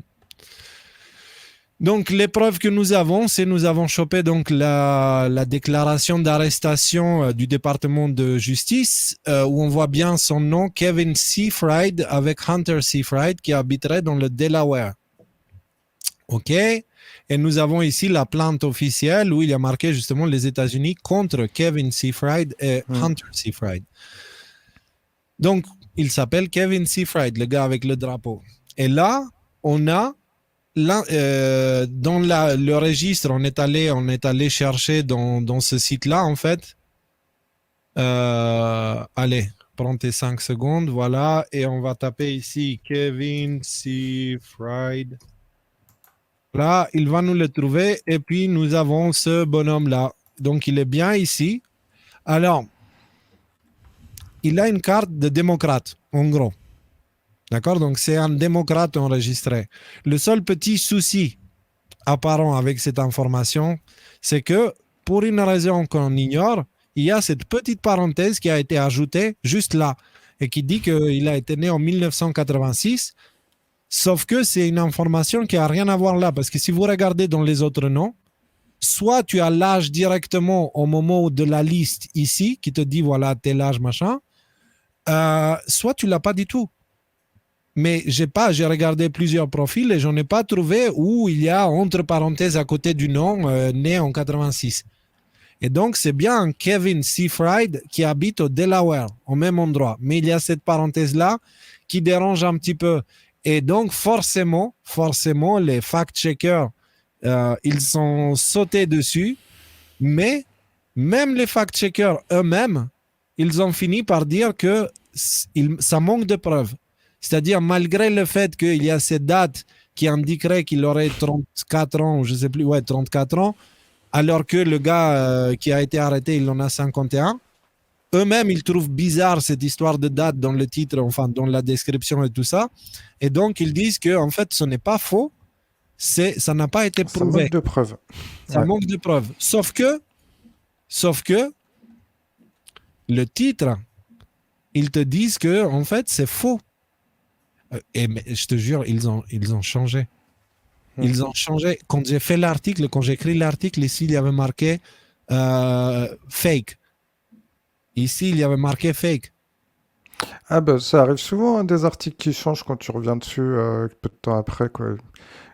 Je pense qu'ils ont dû avoir beaucoup de retours de gens qui leur disaient bah non mais attendez, vous pouvez pas affirmer que c'est fake. Enfin voilà, mais ça arrive Mm. souvent en fait, hein, des trucs qui changent comme ça. Mais ouais. Mais bon, Bref, c'est donc, l'article, c'est faux, mais c'est pas prouvé. ouais. Et par contre, j'ai profité de l'occasion, j'ai ajouté ces petites informations où à la fin, moi aussi, tu vois, j'ai fait leur stratégie. Dans le titre, j'ai mis que c'est un démocrate pro-Biden, preuve à l'appui. Et à la fin, je finis par, juste pour les faire chier, en fait, parce que jouer leur jeu, Mm. en fait. Pour l'instant, disons que tous les éléments poussent dans la direction de ce qui est avancé dans cet article. Nous vous tiendrons informés s'il y a une évolution dans cette histoire, sur cette histoire. Voilà, on fait leur stratégie aussi maintenant. Par Mm. contre, dans cet article-là, vous allez trouver une série d'articles qui montrent que tous ceux qui sont entrés le 6 janvier, l'écrasante majorité, c'était des BLM et Antifa. Il y a les preuves. Donc vous avez ici, j'ai pris que 5 articles, mais il y en a un paquet sur le site. On en a pas mal parlé. Donc voilà cette petite nouvelle et le temps passe. Ensuite, là je vais accélérer un coup. Greta Thunberg sous le coup d'une enquête au sujet d'une conspiration criminelle. La fameuse Greta Thunberg. How dare you? Voilà. Alors, premièrement, il faut qu'on vous parle de ça, la gaffe de Greta Thunberg. Donc, vous connaissez la gamine, alors vous vous doutez bien que ce n'est pas elle qui décide des sujets qu'elle parle, etc. Et dans une gaffe inimaginable, elle a publié le document dans lequel étaient contenus les ordres qu'elle avait reçus, c'est-à-dire les sujets qu'elle devait aborder, qu'est-ce qu'elle devait écrire, etc., etc. Ça n'est resté que quelques minutes avant qu'il se rende compte, mais ça a laissé suffisamment de temps pour des soldats digitaux d'aller faire des captures d'écran, et nous vous les avons mis ici. Vous avez des instructions claires. Donc Greta Thunberg, c'est un clown. C'est un clown, c'est vraiment une marionnette, et il y a quelqu'un au-dessus qui tire les ficelles. Voilà, exactement. Donc, elle a fait ça. On a la preuve maintenant que c'est une arnaque, mais ça a créé des problèmes en fait. Greta Thunberg a accidentellement partagé un message montrant qu'on lui disait quoi écrire sur Twitter à propos de la violente révolte des agriculteurs en Inde, ce qui a conduit jeudi à ce que la police l'interroge pour conspiration criminelle selon les rapports. Donc à cause de cette gaffe, maintenant il y a l'Inde qui enquête contre Greta Thunberg pour conspiration criminelle. Donc encore une conspiration, tiens. Voilà. C'est pour ceux qui croyaient que Greta Thunberg, à son âge, était tellement intelligente pour comprendre les problèmes du monde et d'avoir cette méprise au moment de ses discours, voilà. Vous avez ici un élément pour aller envoyer à tous ceux qui disent « Ah, Greta, voilà. » Donc, ensuite, une petite info. Joe Biden et l'Air Force One. Donc, bizarrement, on ne sait pas pourquoi, parce qu'on ne comprend pas ce qui se passe. Apparemment, Joe Biden, pour une raison qu'on ignore, il ne peut pas prendre l'Air Force One. Le truc, c'est que c'est une raison officieuse, pas officielle. Et donc, c'est quoi le problème dans l'histoire? C'est que il faut qu'il le justifie d'une certaine manière. Donc là, qu'est-ce qu'on voit? On voit un article qui est sorti aujourd'hui et qui dit que l'armée de l'air enquête sur un intrus qui a pénétré dans la base commune d'Andrews MD jeudi, un jour avant que le président Joe Biden ne prenne son premier vol à bord d'Air Force One, selon de nombreux rapports de presse. Et en gros, à cause de cette histoire-là, il y a un problème de sécurité. Ils évoquent des problèmes de sécurité. Oh là là, c'est un machin. Du coup, Biden ne doit pas monter sur l'Air Force One. Voilà. On ne sait toujours pas pourquoi, mais Biden, il n'a pas eu droit au Air Force One pour arriver à l'inauguration. Et là, il n'a toujours pas accès. On ne sait pas ce qui se passe. Mais on a trouvé ça intéressant et on voulait vous en parler. Ensuite, tada, là, on a un article. C'est du foutage de gueule. Donc, c'est le Time Magazine. Premièrement, la source. Allons checker la source parce que tu l'as laissé sur l'article ou pas? Il est en dessous. Attends. Tac, article original. Voilà. Hop là. Donc là, vous avez Time Magazine. Donc c'est une magazine les plus connus au monde. OK? Et donc là, ils ont décidé de faire un article sur, on va vous lire un extrait, l'histoire secrète de la campagne de l'ombre qui a sauvé l'élection de 2020. Donc, il parle d'une campagne de l'ombre qui a sauvé l'élection de 2020. Juste attention avec les mots, on a dit ils sont importants. Campagne de l'ombre, qu'est-ce que ça veut dire? Ça veut dire qu'il y avait des gens qui travaillaient en souterrain, en sous-marin, pour sauver l'élection. Qu'est-ce qu'ils entendent par sauver l'élection? Ça veut dire que Biden soit élu. Concrètement, ce qu'ils sont en train de vous dire là déjà dans le titre, c'est qu'il y a eu une magouille pour que Trump ne soit pas élu. Ensuite, je vais juste lire un petit passage. Donc, d'une certaine manière, Trump avait raison. Il y avait une conspiration qui se déroulait dans les coulisses. Ah bon? Time qui est en train de dire ça? Une conspiration qui a à la fois réduit les protestations et coordonné la résistance des PDG. Ces deux surprises étaient, bon, je pense que là c'est une faute de traduction, étaient le résultat d'une alliance informelle entre les militants de gauche et les titans du monde des affaires. What the fuck? Ils sont en train de l'avouer publiquement en fait. En fait, ils expliquent qu'il y a des gens qui s'organisaient dans l'ombre. C'est un complot, en fait, dont ils parlent. Mais ils parlent de conspiration. Il y avait une conspiration. En fait, dans leur tête, ce qu'ils sont en train de vous dire dans cet article, concrètement, tiens, je vais lire le reste parce que là, c'est intéressant. Le pacte entre donc les militants de gauche et les du monde des affaires, j'arrive Raphaël, juste. Le pacte a été officialisé dans une déclaration conjointe, laconique et peu remarquée dans la Chambre de commerce américaine, publiée le jour des élections. Les deux parties en sont venus à le considérer comme une sorte de marché implicite, inspiré par les protestations massives, parfois destructrices de l'été en matière de justice raciale, dans lequel les forces du travail se sont unies aux forces du capital pour maintenir la paix et s'opposer à l'attaque de Trump contre la démocratie.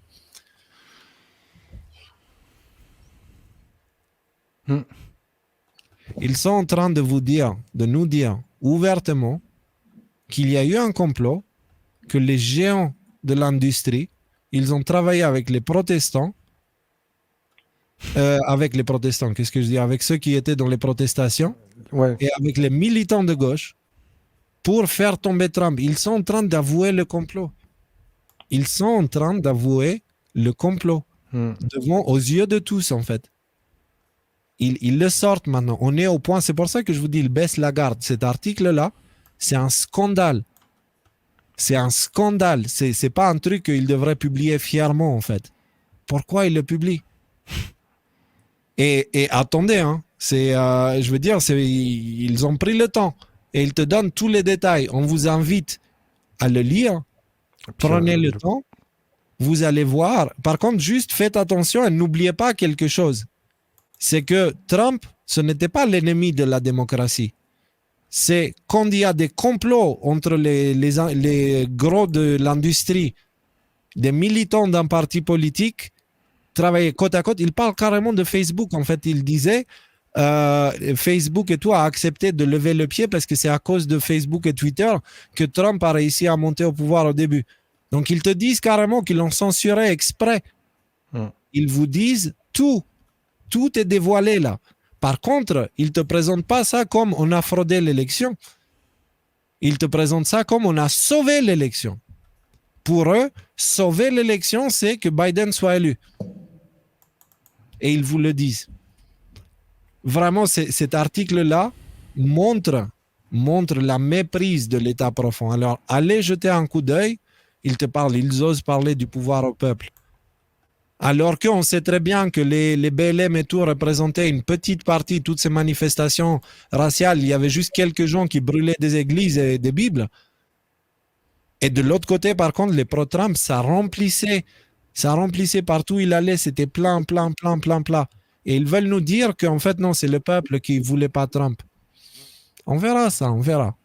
Ça arrive bientôt. On verra. On va garder, on l'a traduit ce titre-là, comme ça, si jamais Times le retire par honte, nous, on l'aura toujours sur le site. Et voilà, il faudra, Pepito, penser à faire une capture de l'article de Times, comme ça on leur balancera dans la gueule le jour venu. Ouais. Voilà donc en ce qui concerne cette histoire absurde en fait. Ils avouent qu'ils ont comploté. Hop. Et Ça fait maintenant beaucoup. c'est le meilleur moment pour le dessin. Voilà. Time, parce qu'ils prennent du temps et ils ont le cerveau lent. Elle est bonne, elle est fine. Elle est très très fine. Ok. Ouais, il fallait un petit peu de temps avant que je fasse le lien, mais bien vu. Excellent. Ouais, ils prennent le temps, ils ont le cerveau long. Ouais.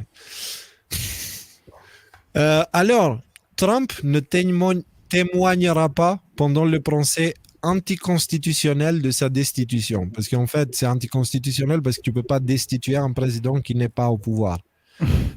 Et donc, le responsable de la mise en accusation... Le responsable de la mise en accusation de la Chambre des représentants a envoyé une lettre à l'ancien... Bon, allez, je ne vais pas lire, je vais faire court parce qu'on est un peu à la bourre.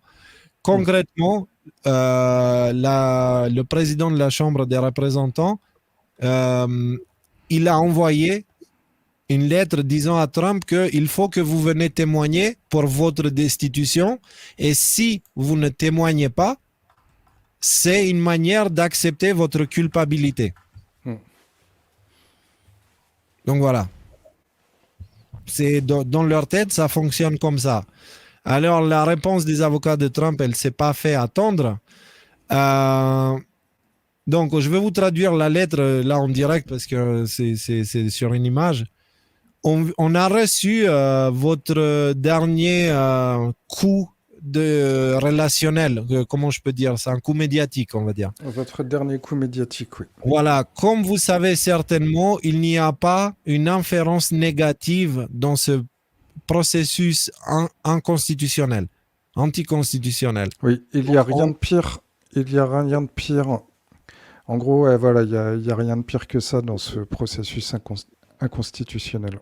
Non, il dit there is no such thing as a negative inference. En gros, il n'y a pas de déclaration négative. Genre, si tu déclares quelque chose, ok, mais si tu dis rien, c'est pas censé aller contre toi, en fait. Ah oui, ok, d'accord. Ce n'est pas comme ça que ça marche dans la justice. Donc, les gars, ils le rappellent, ils le remettent à leur place. Ils disent, votre lettre ne fait que confirmer ce qui est connu aux yeux de tous. Vous ne pouvez pas prouver vos allégations contre le 45e président des États-Unis, qui maintenant est un citoyen. Parce qu'il y a aussi le fait qu'ici, il parle de Trump comme Monsieur le Président. Monsieur le Président, il l'appelle encore Monsieur le Président, même si le courrier il a été écrit le 4 février 2021. Bref, l'utilisation de notre Constitution d'apporter un processus de destitution, c'est trop sérieux pour jouer ce genre de jeu. En gros, les avocats de Trump, ils les ont massacrés en face. Ils les ont dit, arrêtez vos conneries, là, c'est pas la cour de récré. On parle de constitution, donc arrêtez avec vos jeux et vos lois que vous inventez de nulle part. Trump ne viendra pas et occasionnellement, voilà, il leur a envoyé un petit cadeau, quoi. Un petit... Bref. Donc, là-dessus, il faut ajouter le fait que, bien sûr, toutes les accusations contre Trump, alors on avait ce doc-là, Rudy était censé en parler aussi. Oui, mais... c'est la résolution complète du Congrès par rapport à l'impeachment de Trump, en fait. C'est tout le texte qui a été publié dans les journaux officiels là-bas. Et le truc, c'est que dans cette résolution-là, ils disent que Trump a déclaré d'une manière injustifiée que les élections ont été volées et qu'il avait gagné. S'ils continuent comme ça et s'ils insistent, Trump va devoir prouver ce qu'il dit. Donc, moi, je serai l'état profond, je continuerai pas dans ces directions parce que là, la vague qui en parlait tout à l'heure, elle est prête, hein, elle attend. Donc, juste, voilà. Ensuite, vite fait, hein, parce que dans 20 minutes, il y a Alexis, des millions d'Américains continuent de participer activement à de multiples théories du complot. Pourquoi? Nous, on a fait une vidéo du pourquoi. Mais bon, bref, là, c'est juste pour vous lire quelques chiffres. Alors, Selon le sondage, près d'un cinquième des adultes américains, soit 17%, c'est pas une blague, 17% pensent qu'un groupe d'élite adorant Satan et dirigeant un trafic sexuel d'enfants essaye de contrôler notre politique. 17% de la population pense ça. 17. Déjà, c'est un nombre hallucinant, premièrement. Deuxièmement, de tous les nombres, c'est le 17 qu'ils ont mis. Voilà. Près d'un tiers pensent que la fraude électorale a aidé Joe Biden à gagner des élections. Plus encore, 39% sont d'accord pour dire qu'il y a un État profond qui travaille à saper le président Trump. Et là, ils disent que la propagation de ces croyances a fait des ravages, comme le montre l'attaque du Congrès le 6 janvier. Ils n'ont pas autre chose, en fait. Et ils tournent avec ça, ils tournent en boucle. Et c'est juste, ça ne marche pas, en fait, ça ne prend pas. Bref, donc c'était une petite info pour vous dire que pas seulement le mouvement, il est pas en train de disparaître, il continue à grandir malgré cette période d'obscurité. Et justement, il continue à grandir grâce à cette période d'obscurité. Et eux, dans l'article, ils mentionnent le délire QAnon ne faiblit pas. Mais en fait, là, dans les 17% de la population américaine qu'ils incluent là-dedans, c'est pas que des gens qui croient en Q ou dans la théorie QAnon en particulier. C'est des gens qui se posent des questions, qui sont... C'est légitime de se poser ces questions-là. Même Martin l'a dit dans son reportage. Et c'est pareil, en France, là, j'ai revu un article avant-hier. Ils estimaient à peu près 20% de la population française qui se pose des questions aussi à juste titre. Est-ce qu'on a 20% de QAnon en France? Je ne pense pas. Le grand réveil a commencé. Moi, j'ai envie de dire cette histoire des 100 singes, là, où je sais pas comment c'est. En fait, le centième singe. Ouais, et une fois que tu as dépassé les 10%, l'accélération, elle est exponentielle, en fait. Et tu sais que... Et là, on est à 17%, donc le point de non-retour, il a été passé il y a un moment. Cette fameuse théorie, je l'avais étudiée il y a plusieurs années. Et l'autre jour, je me suis dit, tiens, je vais faire un article là-dessus. Et je suis retourné sur la page Wikipédia où il résume ce truc-là et il te donne les sources, qui avait mis au point cette expérience et machin. Et maintenant, sur Wikipédia, ça a changé. Il t'explique que cette théorie-là n'a pas été clairement avérée, démontrée, que ça relève plus de la légende qu'autre chose. Enfin, en gros, je résume vite fait, là, j'ai pas l'article sous les yeux, mais voilà. T'as pas besoin de science ou de quoi que ce soit, c'est une question de logique. Il y a des études qui ont démontré qu'on est à 6 personnes loin de n'importe qui dans le monde. En gros, moi, je connais quelqu'un, ce quelqu'un connaît quelqu'un, ce quelqu'un connaît quelqu'un, ce quelqu'un connaît quelqu'un, ce quelqu'un connaît quelqu'un qui connaît Trump. Et on peut, avec ça, trouver un chemin pour arriver et à connaître n'importe qui dans le monde. Donc, de ce fait, tu sais, quand tu as 10%, au bout d'un moment, ceux que ces 10% connaissent, il va se propager vraiment d'une manière exponentielle. Parce que voilà, les gens se connaissent, les gens parlent, malgré le masque, il nous empêche pas de dire la vérité. Eux, ils veulent qu'on le porte pour des raisons symboliques. Ça n'empêche pas qu'on peut continuer à dire la vérité. Ah non, puis quoi qu'il fasse pour te contredire et essayer de démonter les choses, là, cette fameuse théorie du centième singe, en gros, ça t'explique que sur un groupe de 100 individus, quand on a un qui est complètement en marge, qui a un comportement complètement déviant ou contraire à ce que fait le reste du groupe, ce gars-là, au début, il va être isolé. Mais que petit à petit, il y a de plus en plus d'autres singes qui vont se mettre à se comporter au fur et à mesure de la même manière que lui, et qu'au bout d'un moment, ça va devenir la normalité du groupe, quoi, en gros. Donc voilà, et c'est pour ça aussi qu'on dit que il faut garder, encore une fois, toujours la foi, ne pas dévier de sa route, et être fidèle à ses convictions et à ses principes, parce que même si pour l'instant on a l'impression d'être dans une impasse et qu'il y a beaucoup de vent en face et qu'on n'avance pas, ça a quand même de l'effet autour de nous et il y a de plus en plus de personnes qui sont convaincues. Moi, s'il y a 10 ans, on m'avait dit que 17% des Américains avaient des doutes sur les thèses officielles et portaient un peu sur la théorie du complot, je l'aurais jamais cru, quoi. Et en fait, JF77 et Vanessa Aziel, j'aimerais un jour vous mettre ici à ma place et vous demander de faire un live pendant que les gens parlent d'un autre live. Mm. C'est pas Ouais. poli en fait. C'est pas Mais poli. JF, Et tu peux aller on voir vous a sur dit Twitch. tout à l'heure, on va regarder et on fait en sorte justement pour qu'on puisse regarder le live d'Alexis aussi parce que ça nous intéresse et on le suit Alexis aussi. Mais c'est bon maintenant, on a compris, ça va. Là, c'est les décodeurs. Restons concentrés chez les décodeurs parce que là, vous me déconcentrez aussi. Donc, Ouais. Mais voilà, JF, si tu veux, tu vas sur Twitch, tu tapes Radio Québec, il y a la chaîne d'Alexis et tu peux regarder le live d'Alexis. Là, nous, voilà, on et tu essaye regardes la effectivement séquence sur d'avancer. les On va peut-être déborder un petit peu. On essaye de faire le max pour finir à 23h, mais on a Voilà. encore un ou deux sujets qui traînent là. Yes. Bon, alors là, on va faire vite pour satisfaire tout le monde. Donc, le post 38 du 2 novembre 2017, Q nous dit 4 transporteurs et escortes dans le Pacifique. Pourquoi est-ce pertinent? Pour empêcher d'autres acteurs étatiques de tenter de nous nuire pendant cette transition, la Russie ou la Chine, ou inversement, tout pour la Corée du Nord, ou les trois. Pensez logiquement au moment où tout se passe. Notez l'augmentation du mouvement militaire. Notez le déploiement de la garde nationale. Notez les false flags, les faux drapeaux. Suivez Uma. Préparez des messages de réconfort basés sur ce qui a été déposé ici pour les diffuser sur différentes plateformes. Le calme avant la tempête. Je pense que les postes, ils sont assez clairs. Les mouvements militaires, et là, il y en a plein partout aux États-Unis. Aux États-Unis, hein.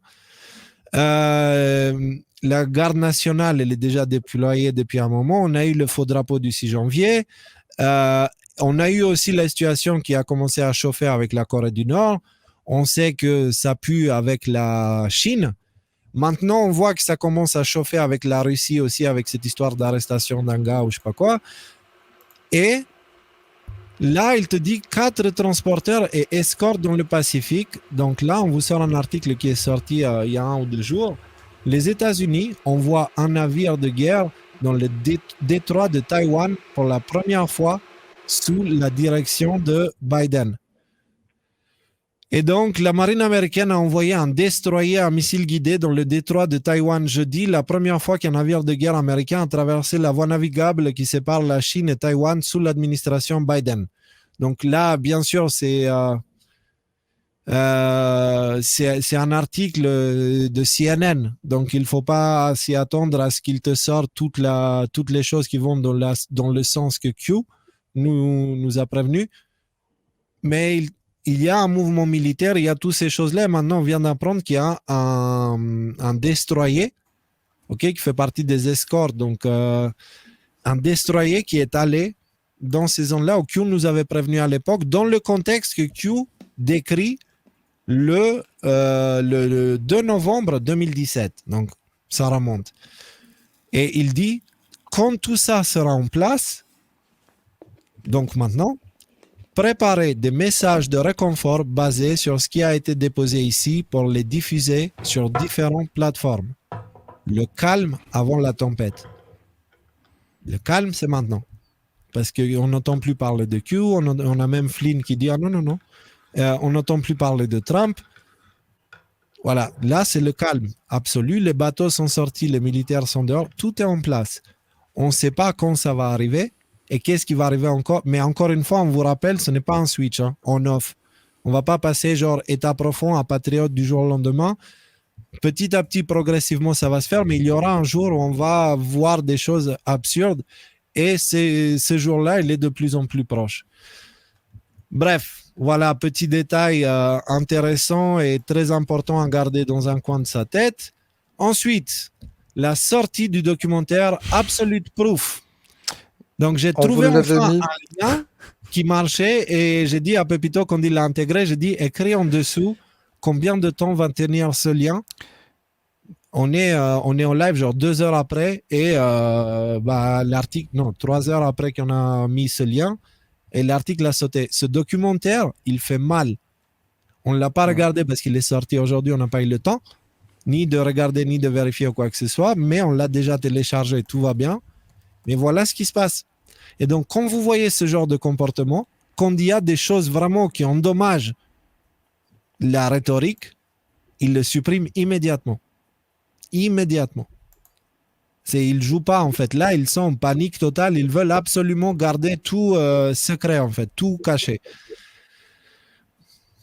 On va regarder ce documentaire et on vous fera des petits extraits, des petites découpes dès que possible. Je pense qu'il y a les traducteurs qui sont sur le coup déjà, donc vous devrez avoir quelque chose de correct, potable et un super bon live mardi prochain. À mon avis, le prochain live, soit celui de mardi, soit celui de vendredi, il sera très intéressant, à mon avis.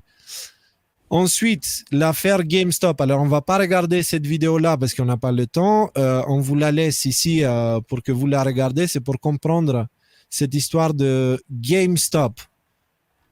C'était combien de minutes, t'as dit, Pepito? 4 minutes. La Ouais. vidéo, oui, ça dure 4 minutes et quelques. Et c'est pour ceux qui n'auraient pas suivi ou pas compris ce qui s'est passé avec GameStop. Ouais.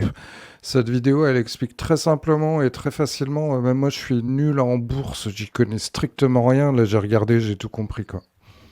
Yes. Et ben voilà, regardez. Et sinon, vous avez ce genre de nouvelles. Donc, GameStop était un avertissement. Les élites arment la censure pour empêcher les indésirables d'entrer.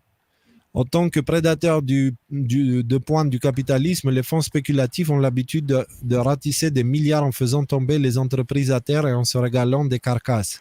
La semaine dernière, les membres d'un groupe de discussion en ligne appelé Wall Street Bets ont donc commencé à battre les brutes de Wall Street à leur propre jeu.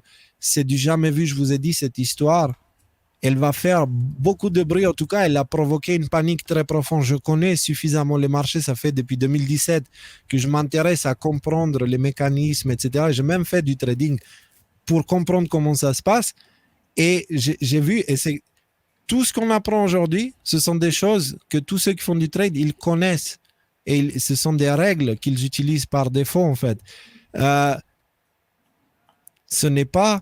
Et le marché, en fait, on vous l'a déjà dit chez les décodeurs dans le passé, c'est la manière que eux ils le décrivent, c'est une manière très efficace d'emmener l'argent depuis les poches stupides dans les poches intelligentes. C'est littéralement les termes qu'ils utilisent.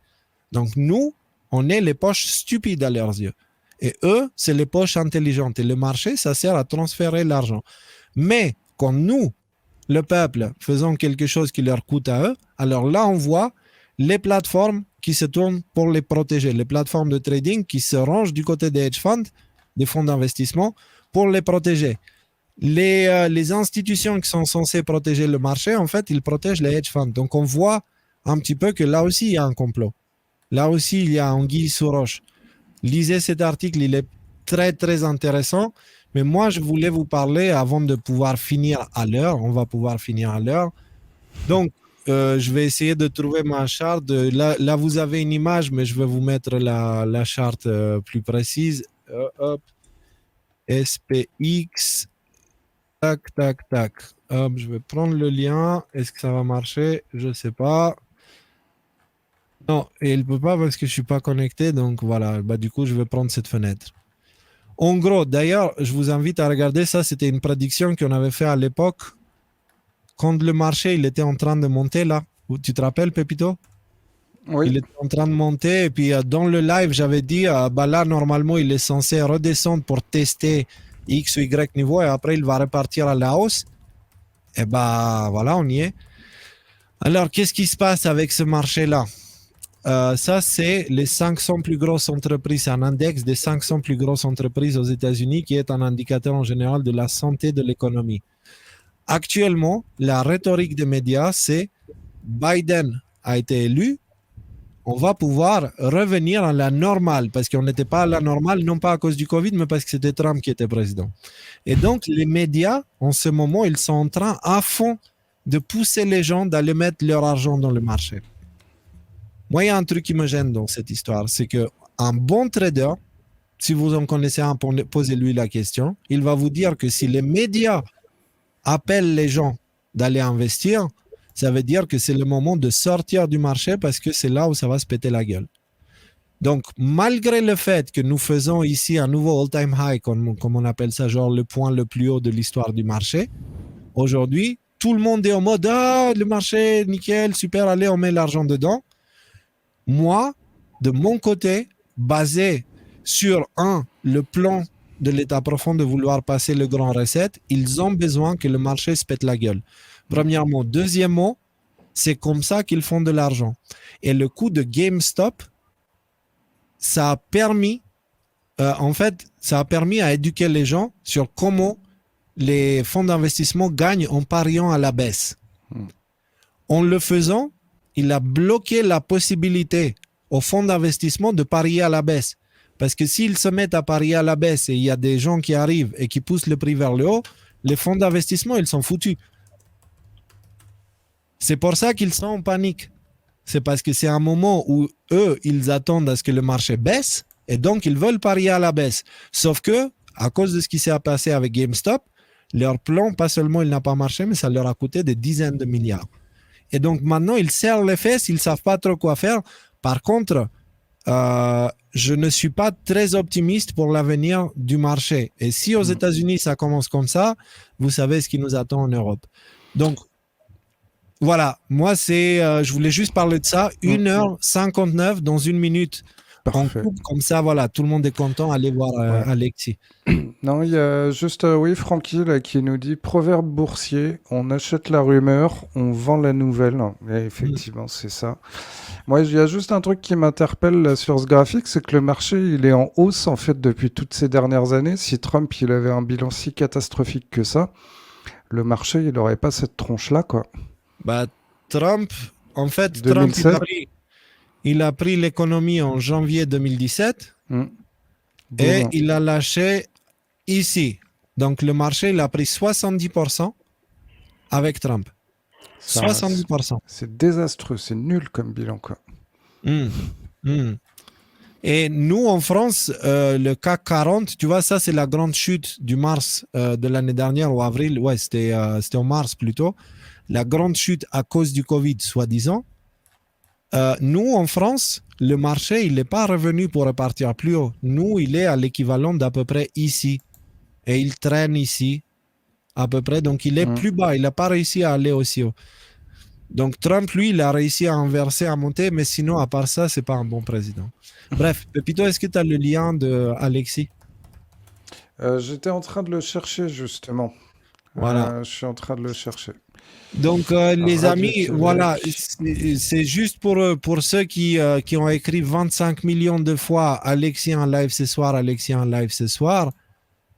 Juste, vraiment, un jour, si on se rencontre, je vous mettrai à ma position et je vous dirai maintenant, faites le live en ayant quelqu'un qui parle d'autre chose tout le temps. Et vous allez voir que moi, ça ne me dérange pas. Ça ne me dérange pas, mais c'est un manque de politesse, en fait. Et c'est un manque de considération pour le travail de l'autre. Moi, ça ne me touche pas du tout. Moi, j'adore Alexis et je vous dis, moi aussi, j'avais envie de finir tôt pour pouvoir regarder son live. De toute façon, là, voilà, n'oublions pas les bases. N'oublions pas les bases.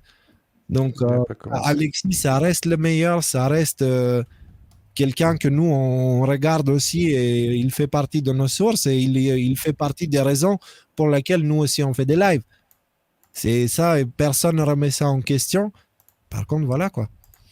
Et je dis ça encore une fois pour vous, pour éviter de passer pour des gens qui ne savent pas, qui ne connaissent pas les bases. C'est dommage. Voilà, donc tu me l'as passé, Pepito? Ouais, attends, je te l'envoie. Hop, Alexis. Donc voilà, moi je voulais parler plus longuement sur les marchés, etc., etc. Mais bon, on a réussi à tout faire. On avait beaucoup de sujets ce soir. Déjà, heureusement qu'on est allé jusqu'au bout. Mais dans tous les cas, Pepito, il a dû fermer accidentellement sa fenêtre.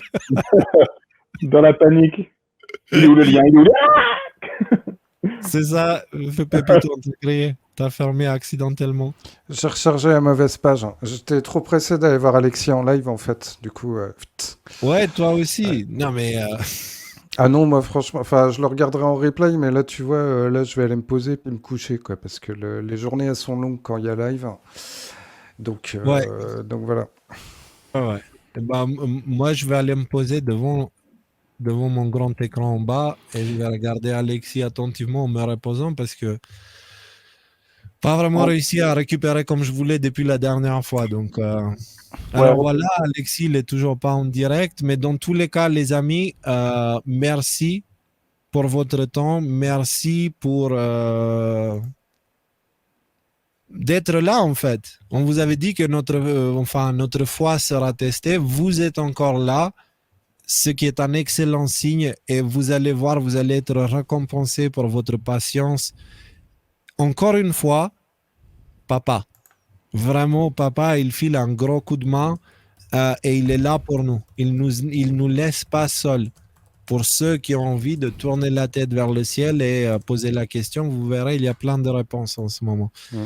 Donc, merci pour tout. Je ne sais pas comment vous montrer ma reconnaissance parce que dans ces moments-là, ne croyez pas que c'est simple pour nous. Hein. C'est avec toutes les attaques et toutes ces choses-là. Et en plus, avec cette période d'obscurité, ne croyez pas que c'est simple pour nous. On est des êtres humains. C'est juste, on a choisi de se laisser entre les mains de papa. Et papa, il nous dit, vous inquiétez pas, ça va aller. Vous inquiétez pas, ça va aller. Et tant que papa nous dit ça, et de toute manière, on vous a déjà dit depuis le début, nous, on ne suit pas Q, on ne suit pas Trump, on suit la même chose que eux suivent. Q parle de la Bible, Trump parle de la Bible, le général Flynn parle de la Bible, Sidney Powell parle de la Bible, Lynn Woods parle de la... Tous les patriotes qui font des choses, ils sont avec la Bible dans la main, ils te balancent des versets de la Bible tout le temps. Il y a une raison pour cela. Nous, on suit la même chose qu'eux, mais on ne suit pas eux. Au-dessus de nous, il n'y a personne, il n'y a que Dieu. Voilà, c'est juste. Et par contre, il n'y a personne en dessous aussi. Pour nous, on est tous au même niveau. Enfin voilà, donc Alexis, j'imagine qu'il ne va pas tarder. Cela dit, nous, on va quand même couper le live. Encore une fois, merci pour tout. Et peut-être Pepito, Raphaël, un bisou Ouais, à je lui dis vraiment, on a besoin de toi au prochain live. ouais. De Déjà, toi, moi, déjà, je fais un gros bisou à Rudy. Il nous a laissé un message là aussi. Il vous fait un gros bisou à tous qui nous suivaient encore ce soir. Et voilà, pour rebondir sur ce que disait Léo, effectivement, hein, c'est parce que là, on est tout motivé, tout sourire et qu'on rigole et puis qu'on a la pêche à chaque fois qu'on est en live.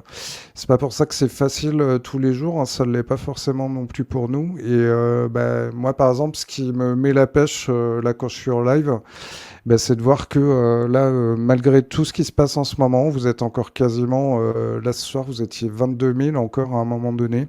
Et voilà, moi c'est ça ma récompense de tous les jours. C'est je vous vous qui remercie. nous donnez cette énergie que nous, on vous rend, en fait. On est en train de créer une sorte d'égrégore positif, ou je ne sais pas comment l'appeler, mais on a ça, et vous êtes notre force. Et du coup, tout ce que vous nous envoyez, on vous le renvoie, et c'est pour ça qu'on a créé cette spirale qui va vers le haut. Et c'est pour ça que je vous dis merci. Je ne sais pas comment vous remercier, en fait. Mais je vous promets, quand tout ça, ça sera calmé, on va se rencontrer, on va faire des concerts, on va voir les œuvres de Raphaël, il va faire des expositions et on sera tous là. On va faire plein de choses, plein de choses. Et on va pouvoir se rencontrer et on vous remercie et surtout merci à papa de nous avoir mis dans cette position-là pour qu'on puisse avoir cette grande famille. Donc merci, vraiment merci du fond du cœur. Vous imaginez pas, on pense à vous tout le temps en fait. Ouais. Donc Raphaël, le dernier mot et on laisse l'antenne. Merci à tous. Je vous souhaite une belle soirée. Pour ceux qui seront là dimanche, je vous dis à dimanche. Le thème c'est Dieu est-il vraiment universel? Aurait-il oublié les Chinois et les Amérindiens? On va parler des Anunnaki, des Sumériens et de beaucoup de choses très intéressantes. Donc à dimanche pour ceux qui seront là. Encore merci de nous suivre et soyez bénis. À plus. Bonne nuit tout le monde. Bonne nuit. Ciao.